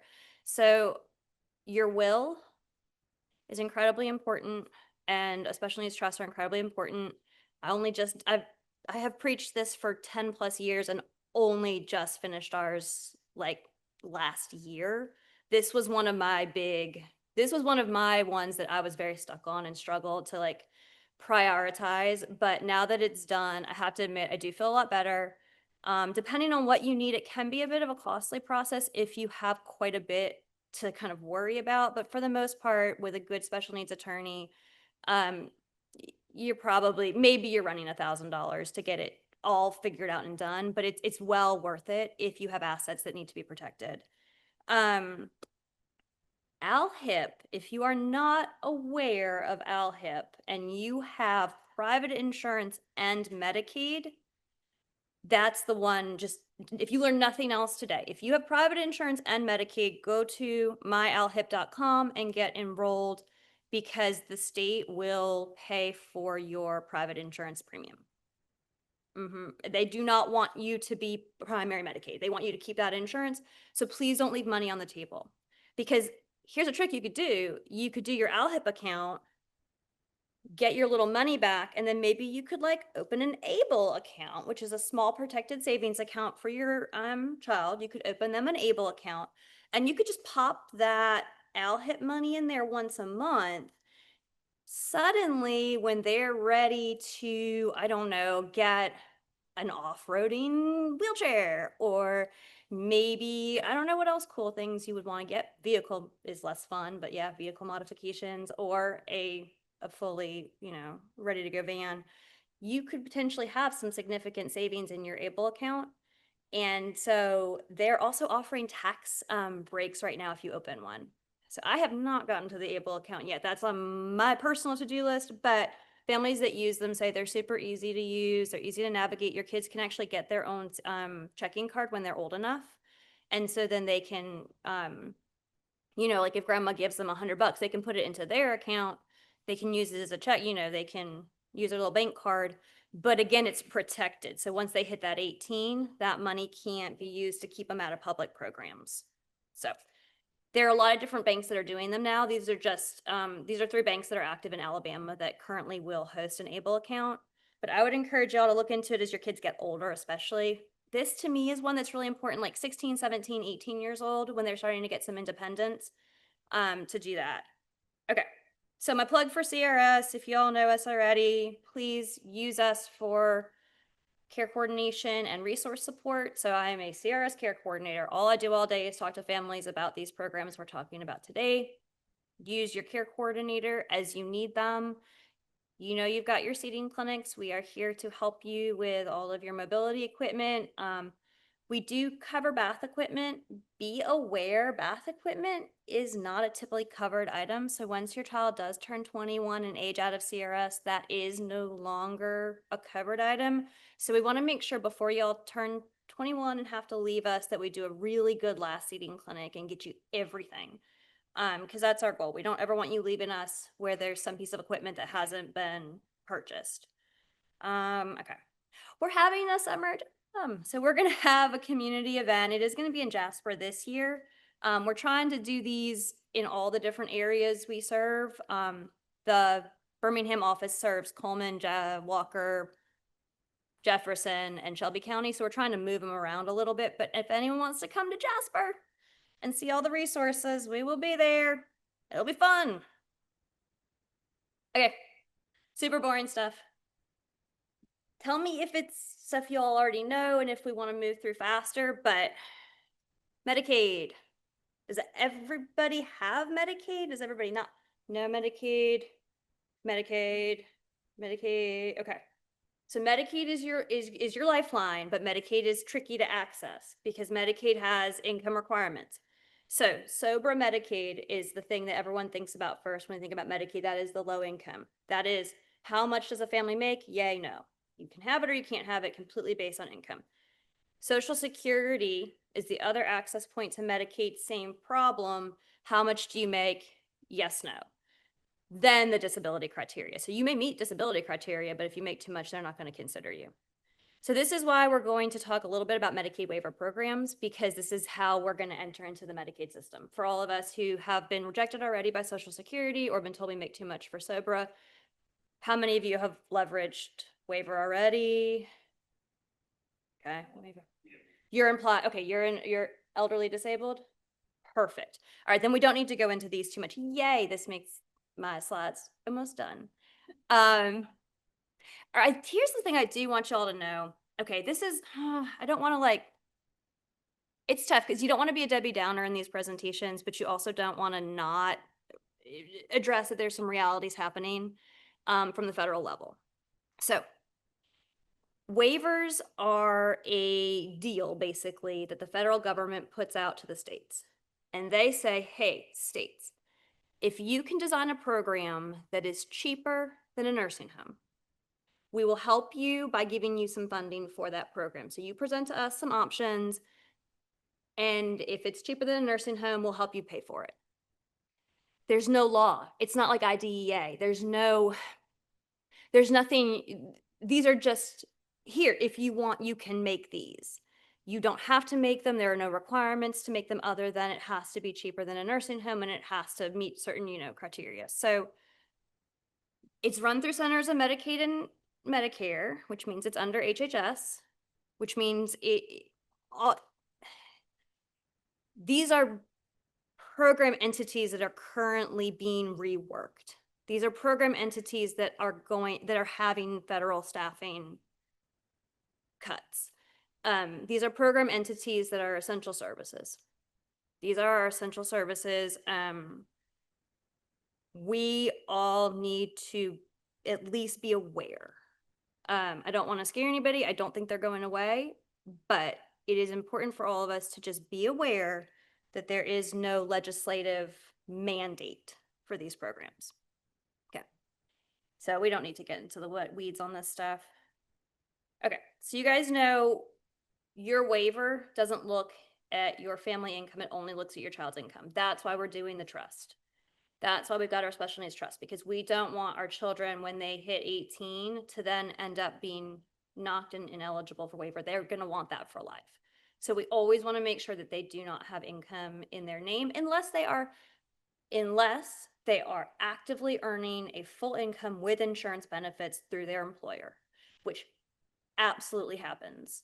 And I promise you, we have had kids come to MDA clinic who have done that. So I do not want you to ever think that that is not an option for your kids. However, we plan both, because we don't know what dystrophin's up to, and that may not be an option for everybody. So we would plan for both options. Elderly disabled waiver is our big program. Hold on. Okay, see how many are listed here? These are all the waivers in the state. So when somebody says, I get the waiver, there's no such thing. That's not a thing. There's a lot. For our boys, we want elderly disabled. It starts youngest, but its services are like less than some of the others. So I'm going to show you what the others are. Technology assist may be something that comes into your life down the road, because it is the ventilator program, and it's a very specific program for a very specific set of needs. If it comes into your life, you'll be guided and you'll know why. So it's not something I want y'all to worry about now. We've got elderly disabled. This is our biggest program. If y'all are enrolled, you don't even need my nice little slide. Yay. Okay, so these are the services in theory that are provided through ED. How many of you have been able to get skilled nursing? Just know it's a listed service from ED waiver, but no, that is not going to happen. There just are not providers. There's just nobody, unless you are very lucky and you find a wonderful relationship with somebody who is willing to work and do it. The likelihood of getting skilled nursing through ED is low. You are going to be mostly working through probably the personal choices self-directed care program, which means, what does it mean? It means you're going to pay your spouse, or your spouse is going to pay you to do what you've been doing every day for, forever. There are some losses. I mean, there is a pending litigation with ED waiver, but it's over the case management component. So I don't think it's going to make a big dent in that side of it. But again, it's Medicaid. It's Medicaid. Medicaid's worth more than gold. Sale is another option that we'll sometimes pull in for our 18 and ups. Typically we will use this if you are trying to get into college, or you're in college, you're going to college and there's an issue, you're working with vocational rehab, you've got a counselor there, you've got a SAIL counselor. They can actually combine programs and combine powers because it's all under the Alabama Department of Rehabilitation Service. And so sometimes that can be an option, but that's only if you feel like there's some missing services and you feel like ED is just not doing enough. That's when you would talk to probably a CRS worker about whether SAIL would be a better fit. The main thing with them is they've got access to the assistive technology side of things because, CRS, we've got a lot of assistive technology stuff that we can do with you. ADRS has a lot of experts in that area. And so if you stay enrolled with ADRS, and then you can kind of access more in that way. This is something that I don't think we talk about enough in the MD world. Okay. So something that Matt was talking about when he was talking about dystrophin, and Dr. Weaver was talking about too, is we kind of forget about the neurocognitive effects.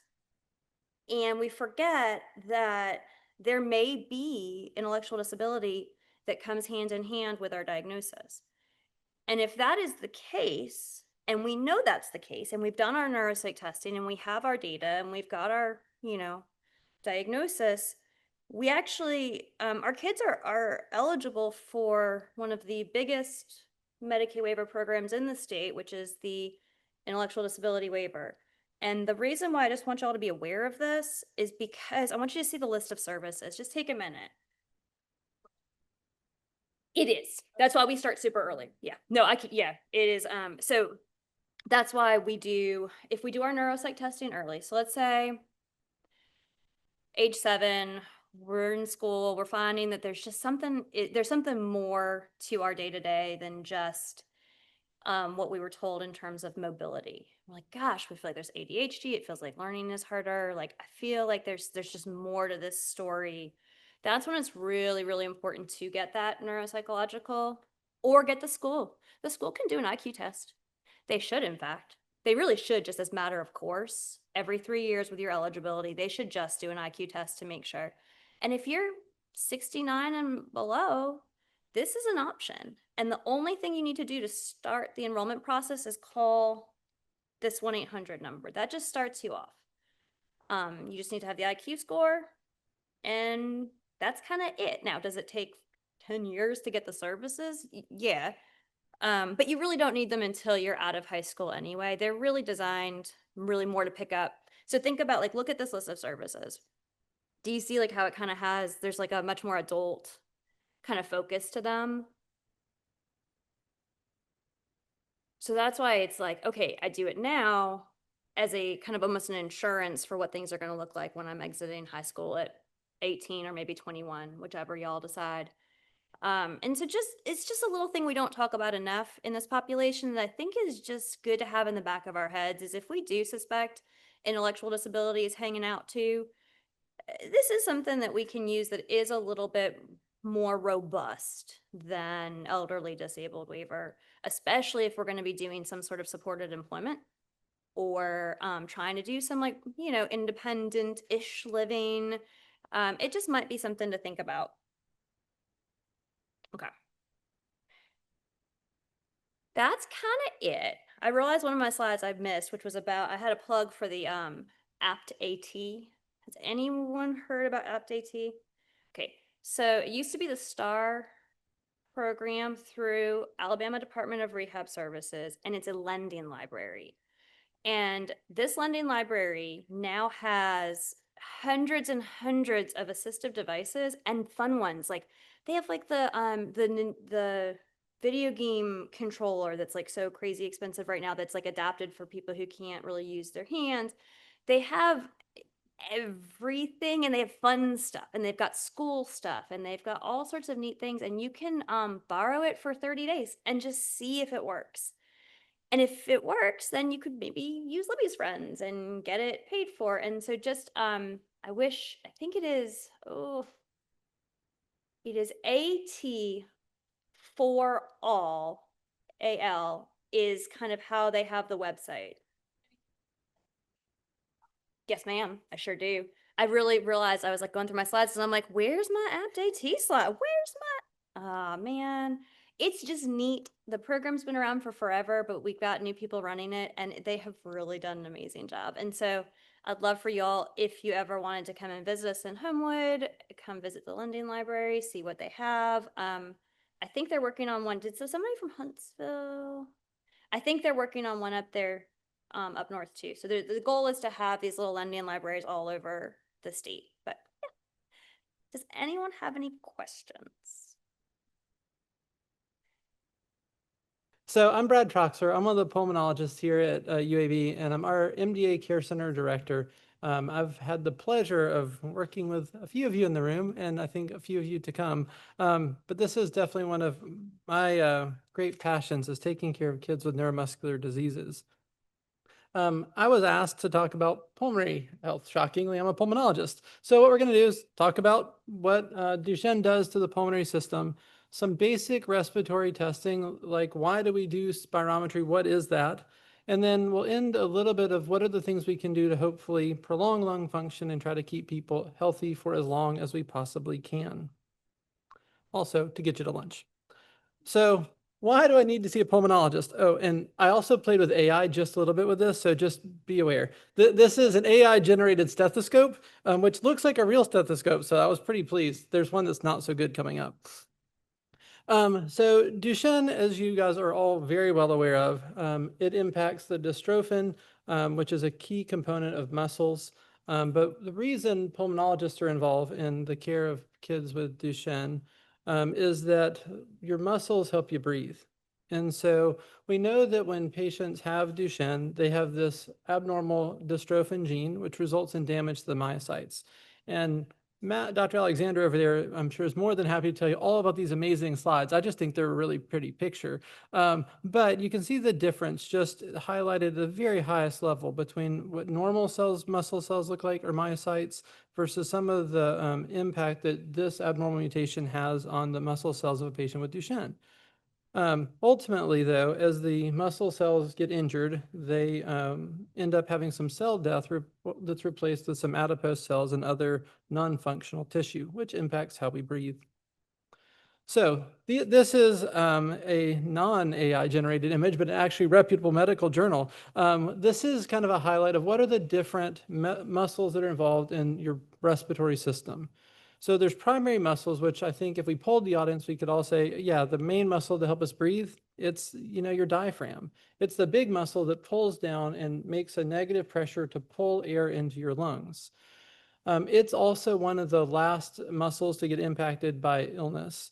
But all the secondary muscles, these little guys that are highlighted in red over here, the scalenes and sternocleidomastoids, and the little muscles between your ribs, the intercostal muscles, those are all really important in helping us take really deep breaths to get that extra air in, like when you really want to run.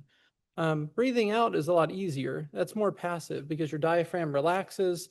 And so there's less issue on the expiratory phase of respiration, but inspiration tends to be impacted first. But this is just a great overview of the muscles that we all need and depend on to breathe. Also, gravity. It helps your diaphragm pull down. And at least at this point, gravity's present still. So from a pulmonary standpoint, we've had 3 or 4 different iterations of guidelines for Duchenne. The last one that was kind of published in the US, and that was in Lancet Neurology 2018, it's been updated by the British Thoracic Society last year, and we'll talk about that one in a second.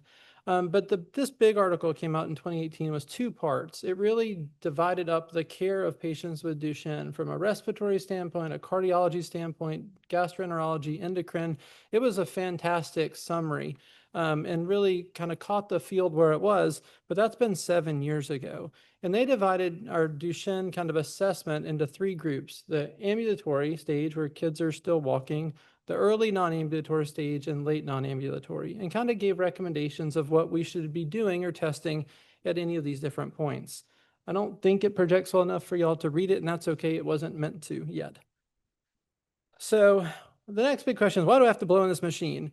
And this is not another non-AI generated image. This was when I type in spirometry into Google, and this is not really a great image, but it's what Google had. We have a better one in a second.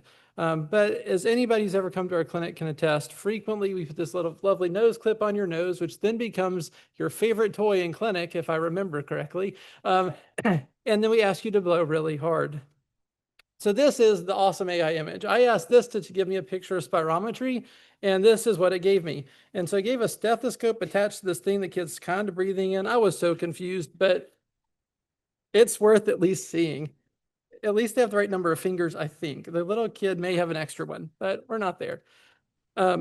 So what do we get when we ask someone to do spirometry? What we're trying to do is we're trying to measure the different parts of your lung system, your respiratory system, and we can only measure a few things.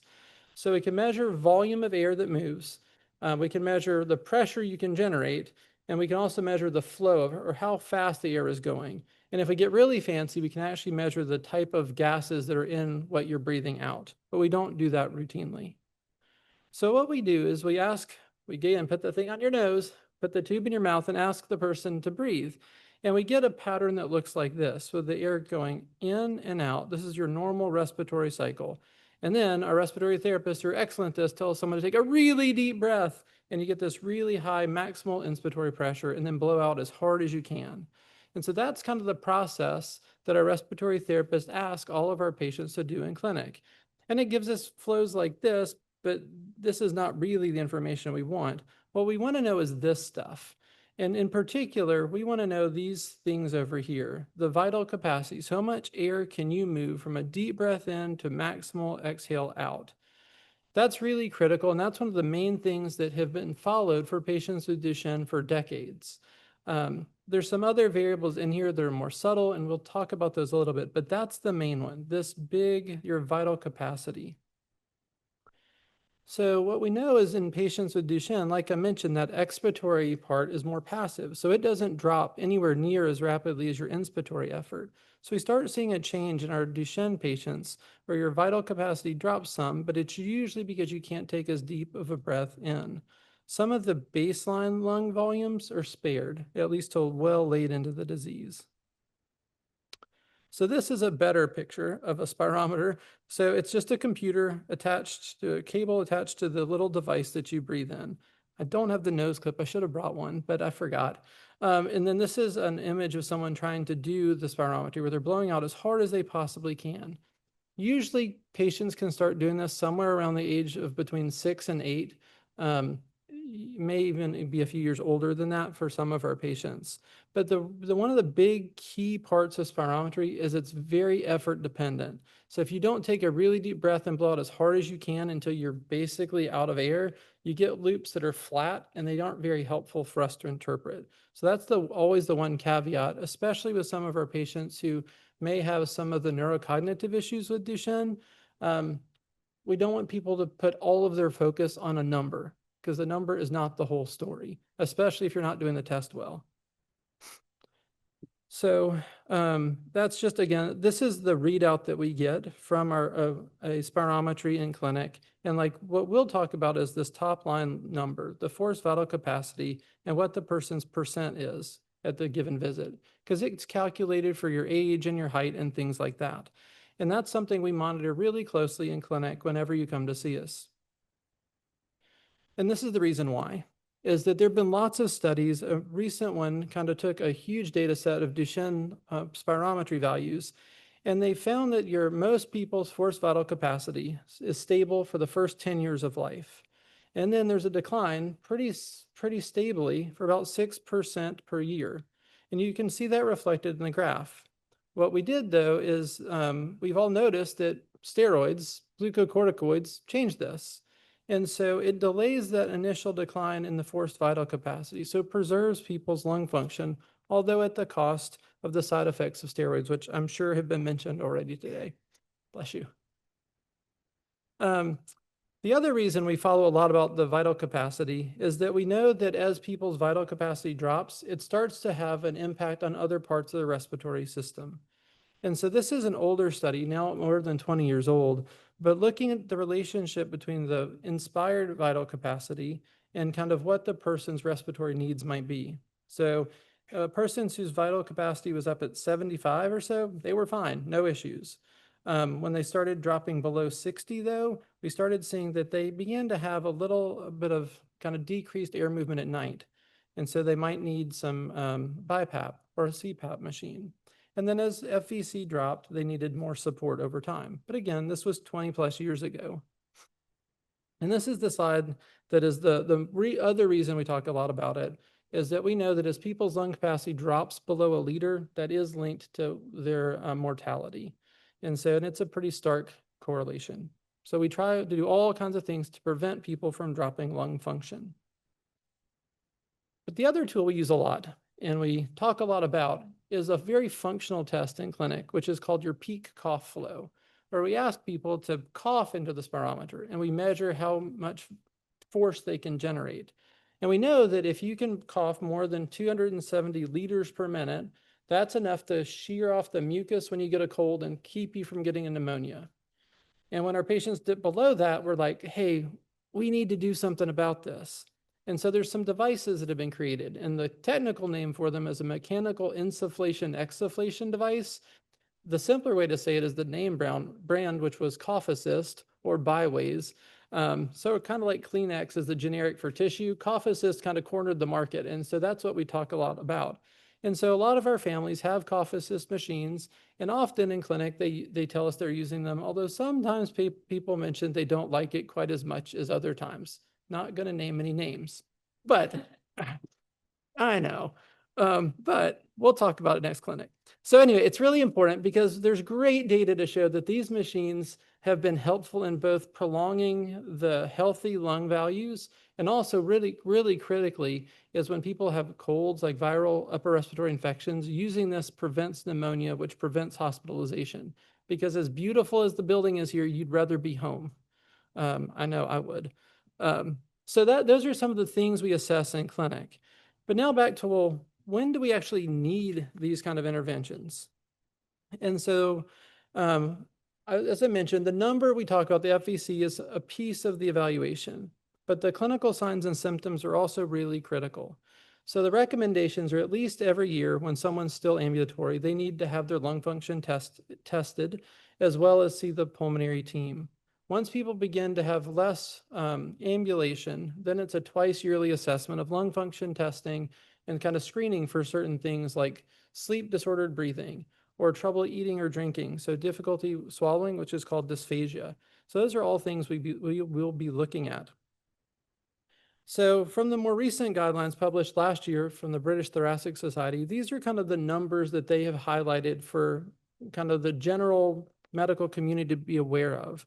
So that if the peak cough flow is less than 270, or you have a decline in your values, we need to talk less, and we talk about cough assist. When people's forced vital capacity is less than 50%, then we need to think about BiPAP and other nocturnal interventions. Things like sleep studies become really critically important. Anytime anyone tells us that they're snoring, they're more tired during the day, they have headaches when they wake up first thing, then we're pretty quick to say we need to look at your sleep through a sleep study. And then certainly if anybody ever develops really significant scoliosis, and there's different metrics and measures we can do to kind of quantify that, then it's a discussion with the family and talking with our orthopedic team about how we may want or need to intervene. There's also a Brooks score, and I don't know if Dr. Weaver talked about that, but that's the ability to raise your hand to your mouth. If you lose that skill, then it's also something we need to be aware of because that tends to correlate with some of the other respiratory values. So what do we do when we see these things? I've kind of mentioned the cough assist or the byways briefly, but whenever people start having a lower lung function, they start having a risk for what's called atelectasis, which is where little bits of mucus plug up the little alveoli of your lung, and your lung reabsorbs the air that's past that obstruction, making part of your lung kind of collapse down. So we can do things to try to prevent that. And certainly if you have a mechanical insufflation-exsufflation device, that's the best tool you have to prevent that from happening. But for people who don't have that yet, or maybe their numbers don't justify that, there are some other techniques people can use. Things like breath stacking, which our respiratory therapists certainly are more than happy to kind of talk you through how to do it. But it's basically taking one deep breath, and before you exhale, you take another breath. So kind of forcing more air into your lungs. That helps improve atelectasis. There is the self-inflating manual ventilation bag, an ambu bag here, that can be purchased and with a valve so that you can push the breath in, but it doesn't come back out. And that's another way to do breath stacking for people who just don't have access to mechanical insufflation devices. Although thankfully, most of our families have been able to get those devices when we need them. But this is a picture of a byways, and you can see it's pretty simple. It looks kind of like a laptop-sized device with a tube that comes out of the bottom, and it's a touch screen. You push power, so it's real simple. And it gives you a pressure to breathe in, and then a hold, and then a pressure to breathe out. And several of our families love them once they've experienced it with a cold, but until then, it's usually a discussion and a debate to try to get them to please try to use it. One of the things, and one of the kind of big studies that really supported this was looking at what changed with the person's cough flow depending on these different maneuvers. And you can see a person with Duchenne without any type of support, they could cough about 1.81 liters, and then up to the mechanical insufflation-exsufflation kind of 4 times stronger. So it really clears out that mucus and keeps them healthy. So we keep referring back to this paper. And the reason is that cough is a really complex thing that we all do. To really cough well, you have to be able to inspire up to 60 to 80% of your whole lung volume. You then have to close your glottis or your vocal cords at that higher level. And then you generate the pressure by making your diaphragm contract and your abdominal muscles. And then you open your glottis to let the air kind of flow out real forcefully. So that sounds like a lot, and we do it unconsciously most of the time. But for someone who has any neuromuscular disease, they've got potential challenges at almost every one of these steps. Maybe they can't inspire to 60 or 80% of their total lung volume. Maybe they can't close that epiglottis very well, and maybe they can't contract their abdominal muscles. And certainly if you can't do any of those things, your cough is going to be weaker. So that's just the reasons why this is such an important tool for our patients with Duchenne. All right, I mentioned it a few times, but I think we have to talk about sleep studies, because as you have a drop in your respiratory function, the first time most of us have any respiratory compromise is while we sleep. And so to best figure that out, a sleep study is warranted. So a sleep study, for those who've not experienced it, you get to spend a night in the sleep center, and we monitor EEG, which is your brainwave activity. We measure EKG, which is your heart rate and rhythm. We measure respiratory effort with these belts on your chest and abdomen, and then airflow. Most of the time, we don't have to do anything that involves pricking fingers or things like that, although occasionally we have to get a capillary blood gas to see carbon dioxide levels. But I've already mentioned, why do we do a sleep, or when do we do sleep studies?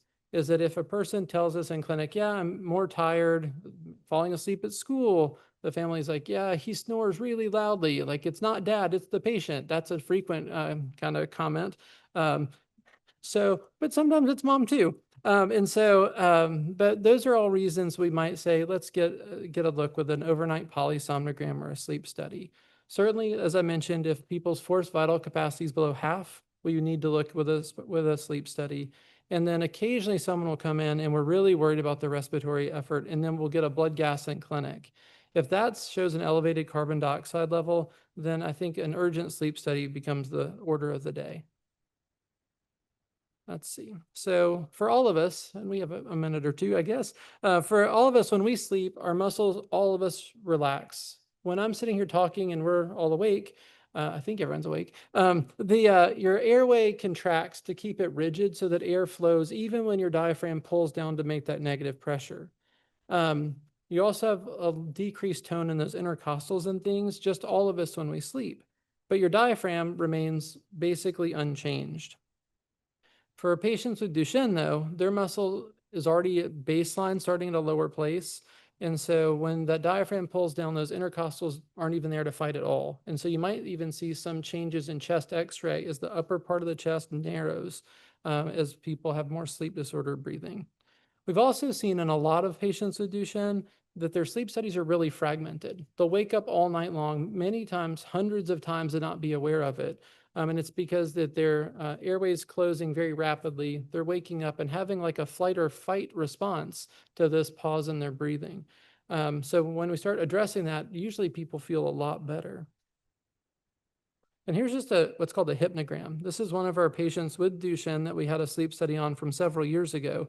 And these are the different stages of sleep, where they were awake, then drowsy sleep, like if you've ever been up all night and then drove home and don't remember how you got there, that was the kind of sleep you probably drove home in, into irregular sleep, deep slow wave sleep, which we as adults don't get much of, and then the green is the REM sleep. You can see here more fragmentation in the first half of the night, and all of these little lines is where they stopped breathing. And so they correlate with the REM sleep pretty handily. But as the night went on, we started adding CPAP pressures. And so by the end of the night, no more pauses during REM sleep, and the patient was doing much better. All right, that was a whirlwind tour of pulmonary care. But any questions for me?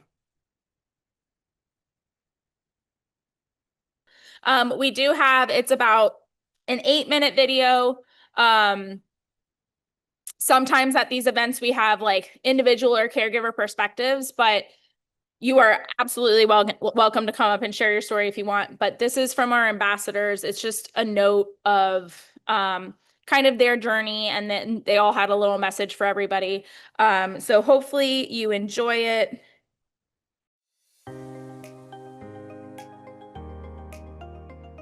Hi everyone, my name is Andrew Chapetta from Bridgewater, Massachusetts. I'm 30 years old and I have Duchenne muscular dystrophy. I've learned with Duchenne's is to embrace life's challenges and turn them into opportunities. As a driven entrepreneur in managing, living independently, and playing wheelchair soccer for Team USA, I learned to take disability and turn it into an ability. Hi everyone, I'm Perlita Haynes and I live in a small town in central PA, Lebanon, Pennsylvania. It's very close to Hershey, and I'm a mom and a wife, and my husband and I have 3 children. They're young adults now. Luke is 25, Lance is 23, and our Levi is 18, and he's our son that has Duchenne. And we're really proud that he's graduating high school in a few weeks, so he's a graduating senior. So we really don't know where that time went. And Levi was diagnosed when he was 2, so we were really early diagnosis, which we're happy about because he was able to get some therapies and things started much sooner, as some of our boys get diagnosed a little bit later. But Levi sees doctors at Penn State Hershey, as they are a center of excellence for Duchenne, and he has been part of a few clinical trials that really didn't show a lot of promise.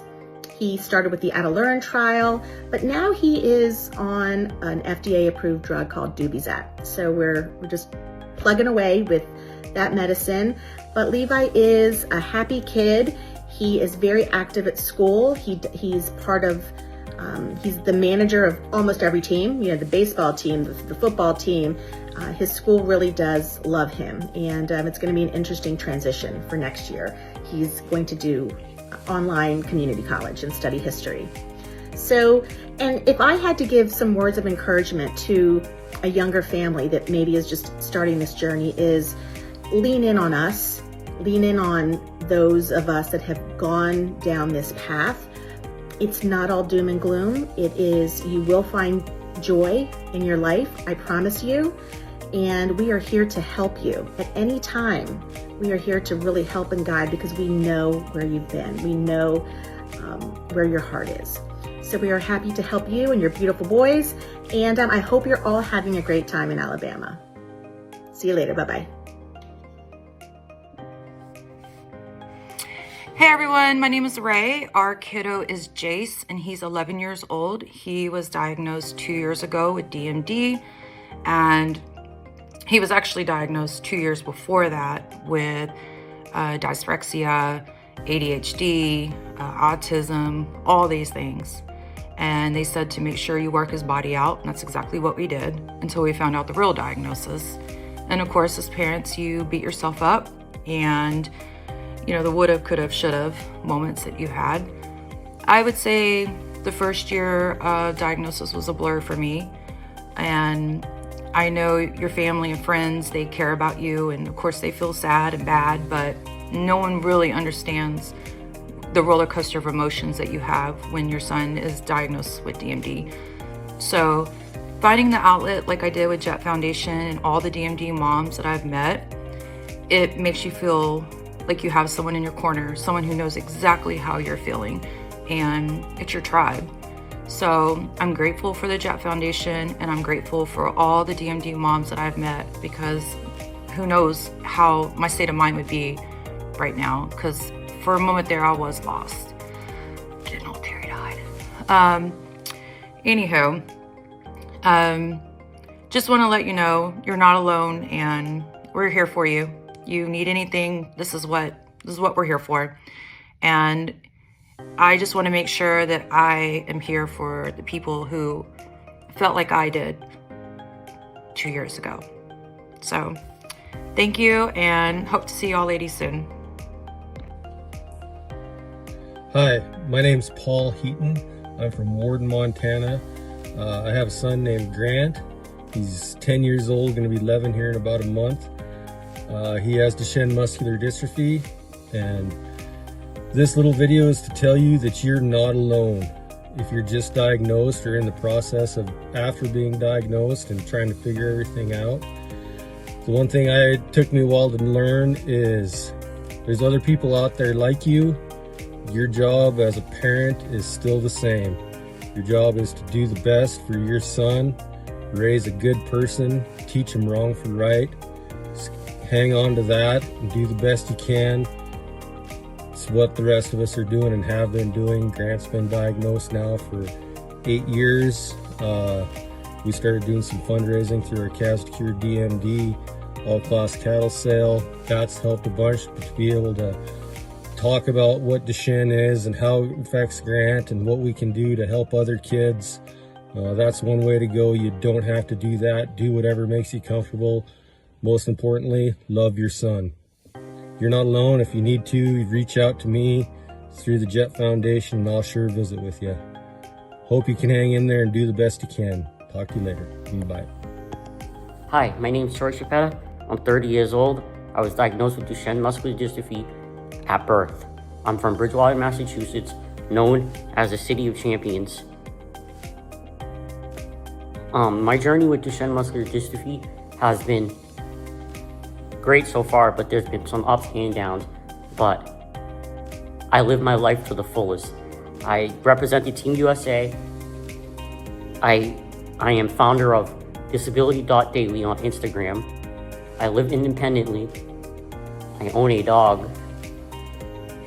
And what I want to say is for the younger adults and younger kids with Duchenne's muscular dystrophy, if you put your mind to anything, you can accomplish it, even if there's some obstacles involved. You just gotta remember, you're not alone. When our first son was diagnosed with Duchenne, I completely froze. I felt like it broke me. I didn't know what to do. I didn't know who to talk to. And then we find out our second son has it too. Those first few days were terrifying. The fear, the Googling, the worst case scenarios, none of it really helped. But what did help was finding other families, people who lived it, who didn't just understand the diagnosis, but actually understood the feelings that came with it. And that's when everything started to shift for my family. We never expected Duchenne to be part of our family. Nobody does. But what I have learned is, yes, this diagnosis can rock your world, but can also bring you into a community full of the strongest, kindest people you'll ever meet. We're families who love big, we show up and find meaning even in the hardest times. If you're just starting out, if this is still new, please know this, you're not alone. There's a whole community walking this road too. And while it's not easy, you do not have to walk it by yourself. You've got this and we're with you and you're not alone. If you ever just want to hear real stories or feel less alone, we share our journey on YouTube at the Bafis Family. Please come find us because we would love to walk with you in your journey.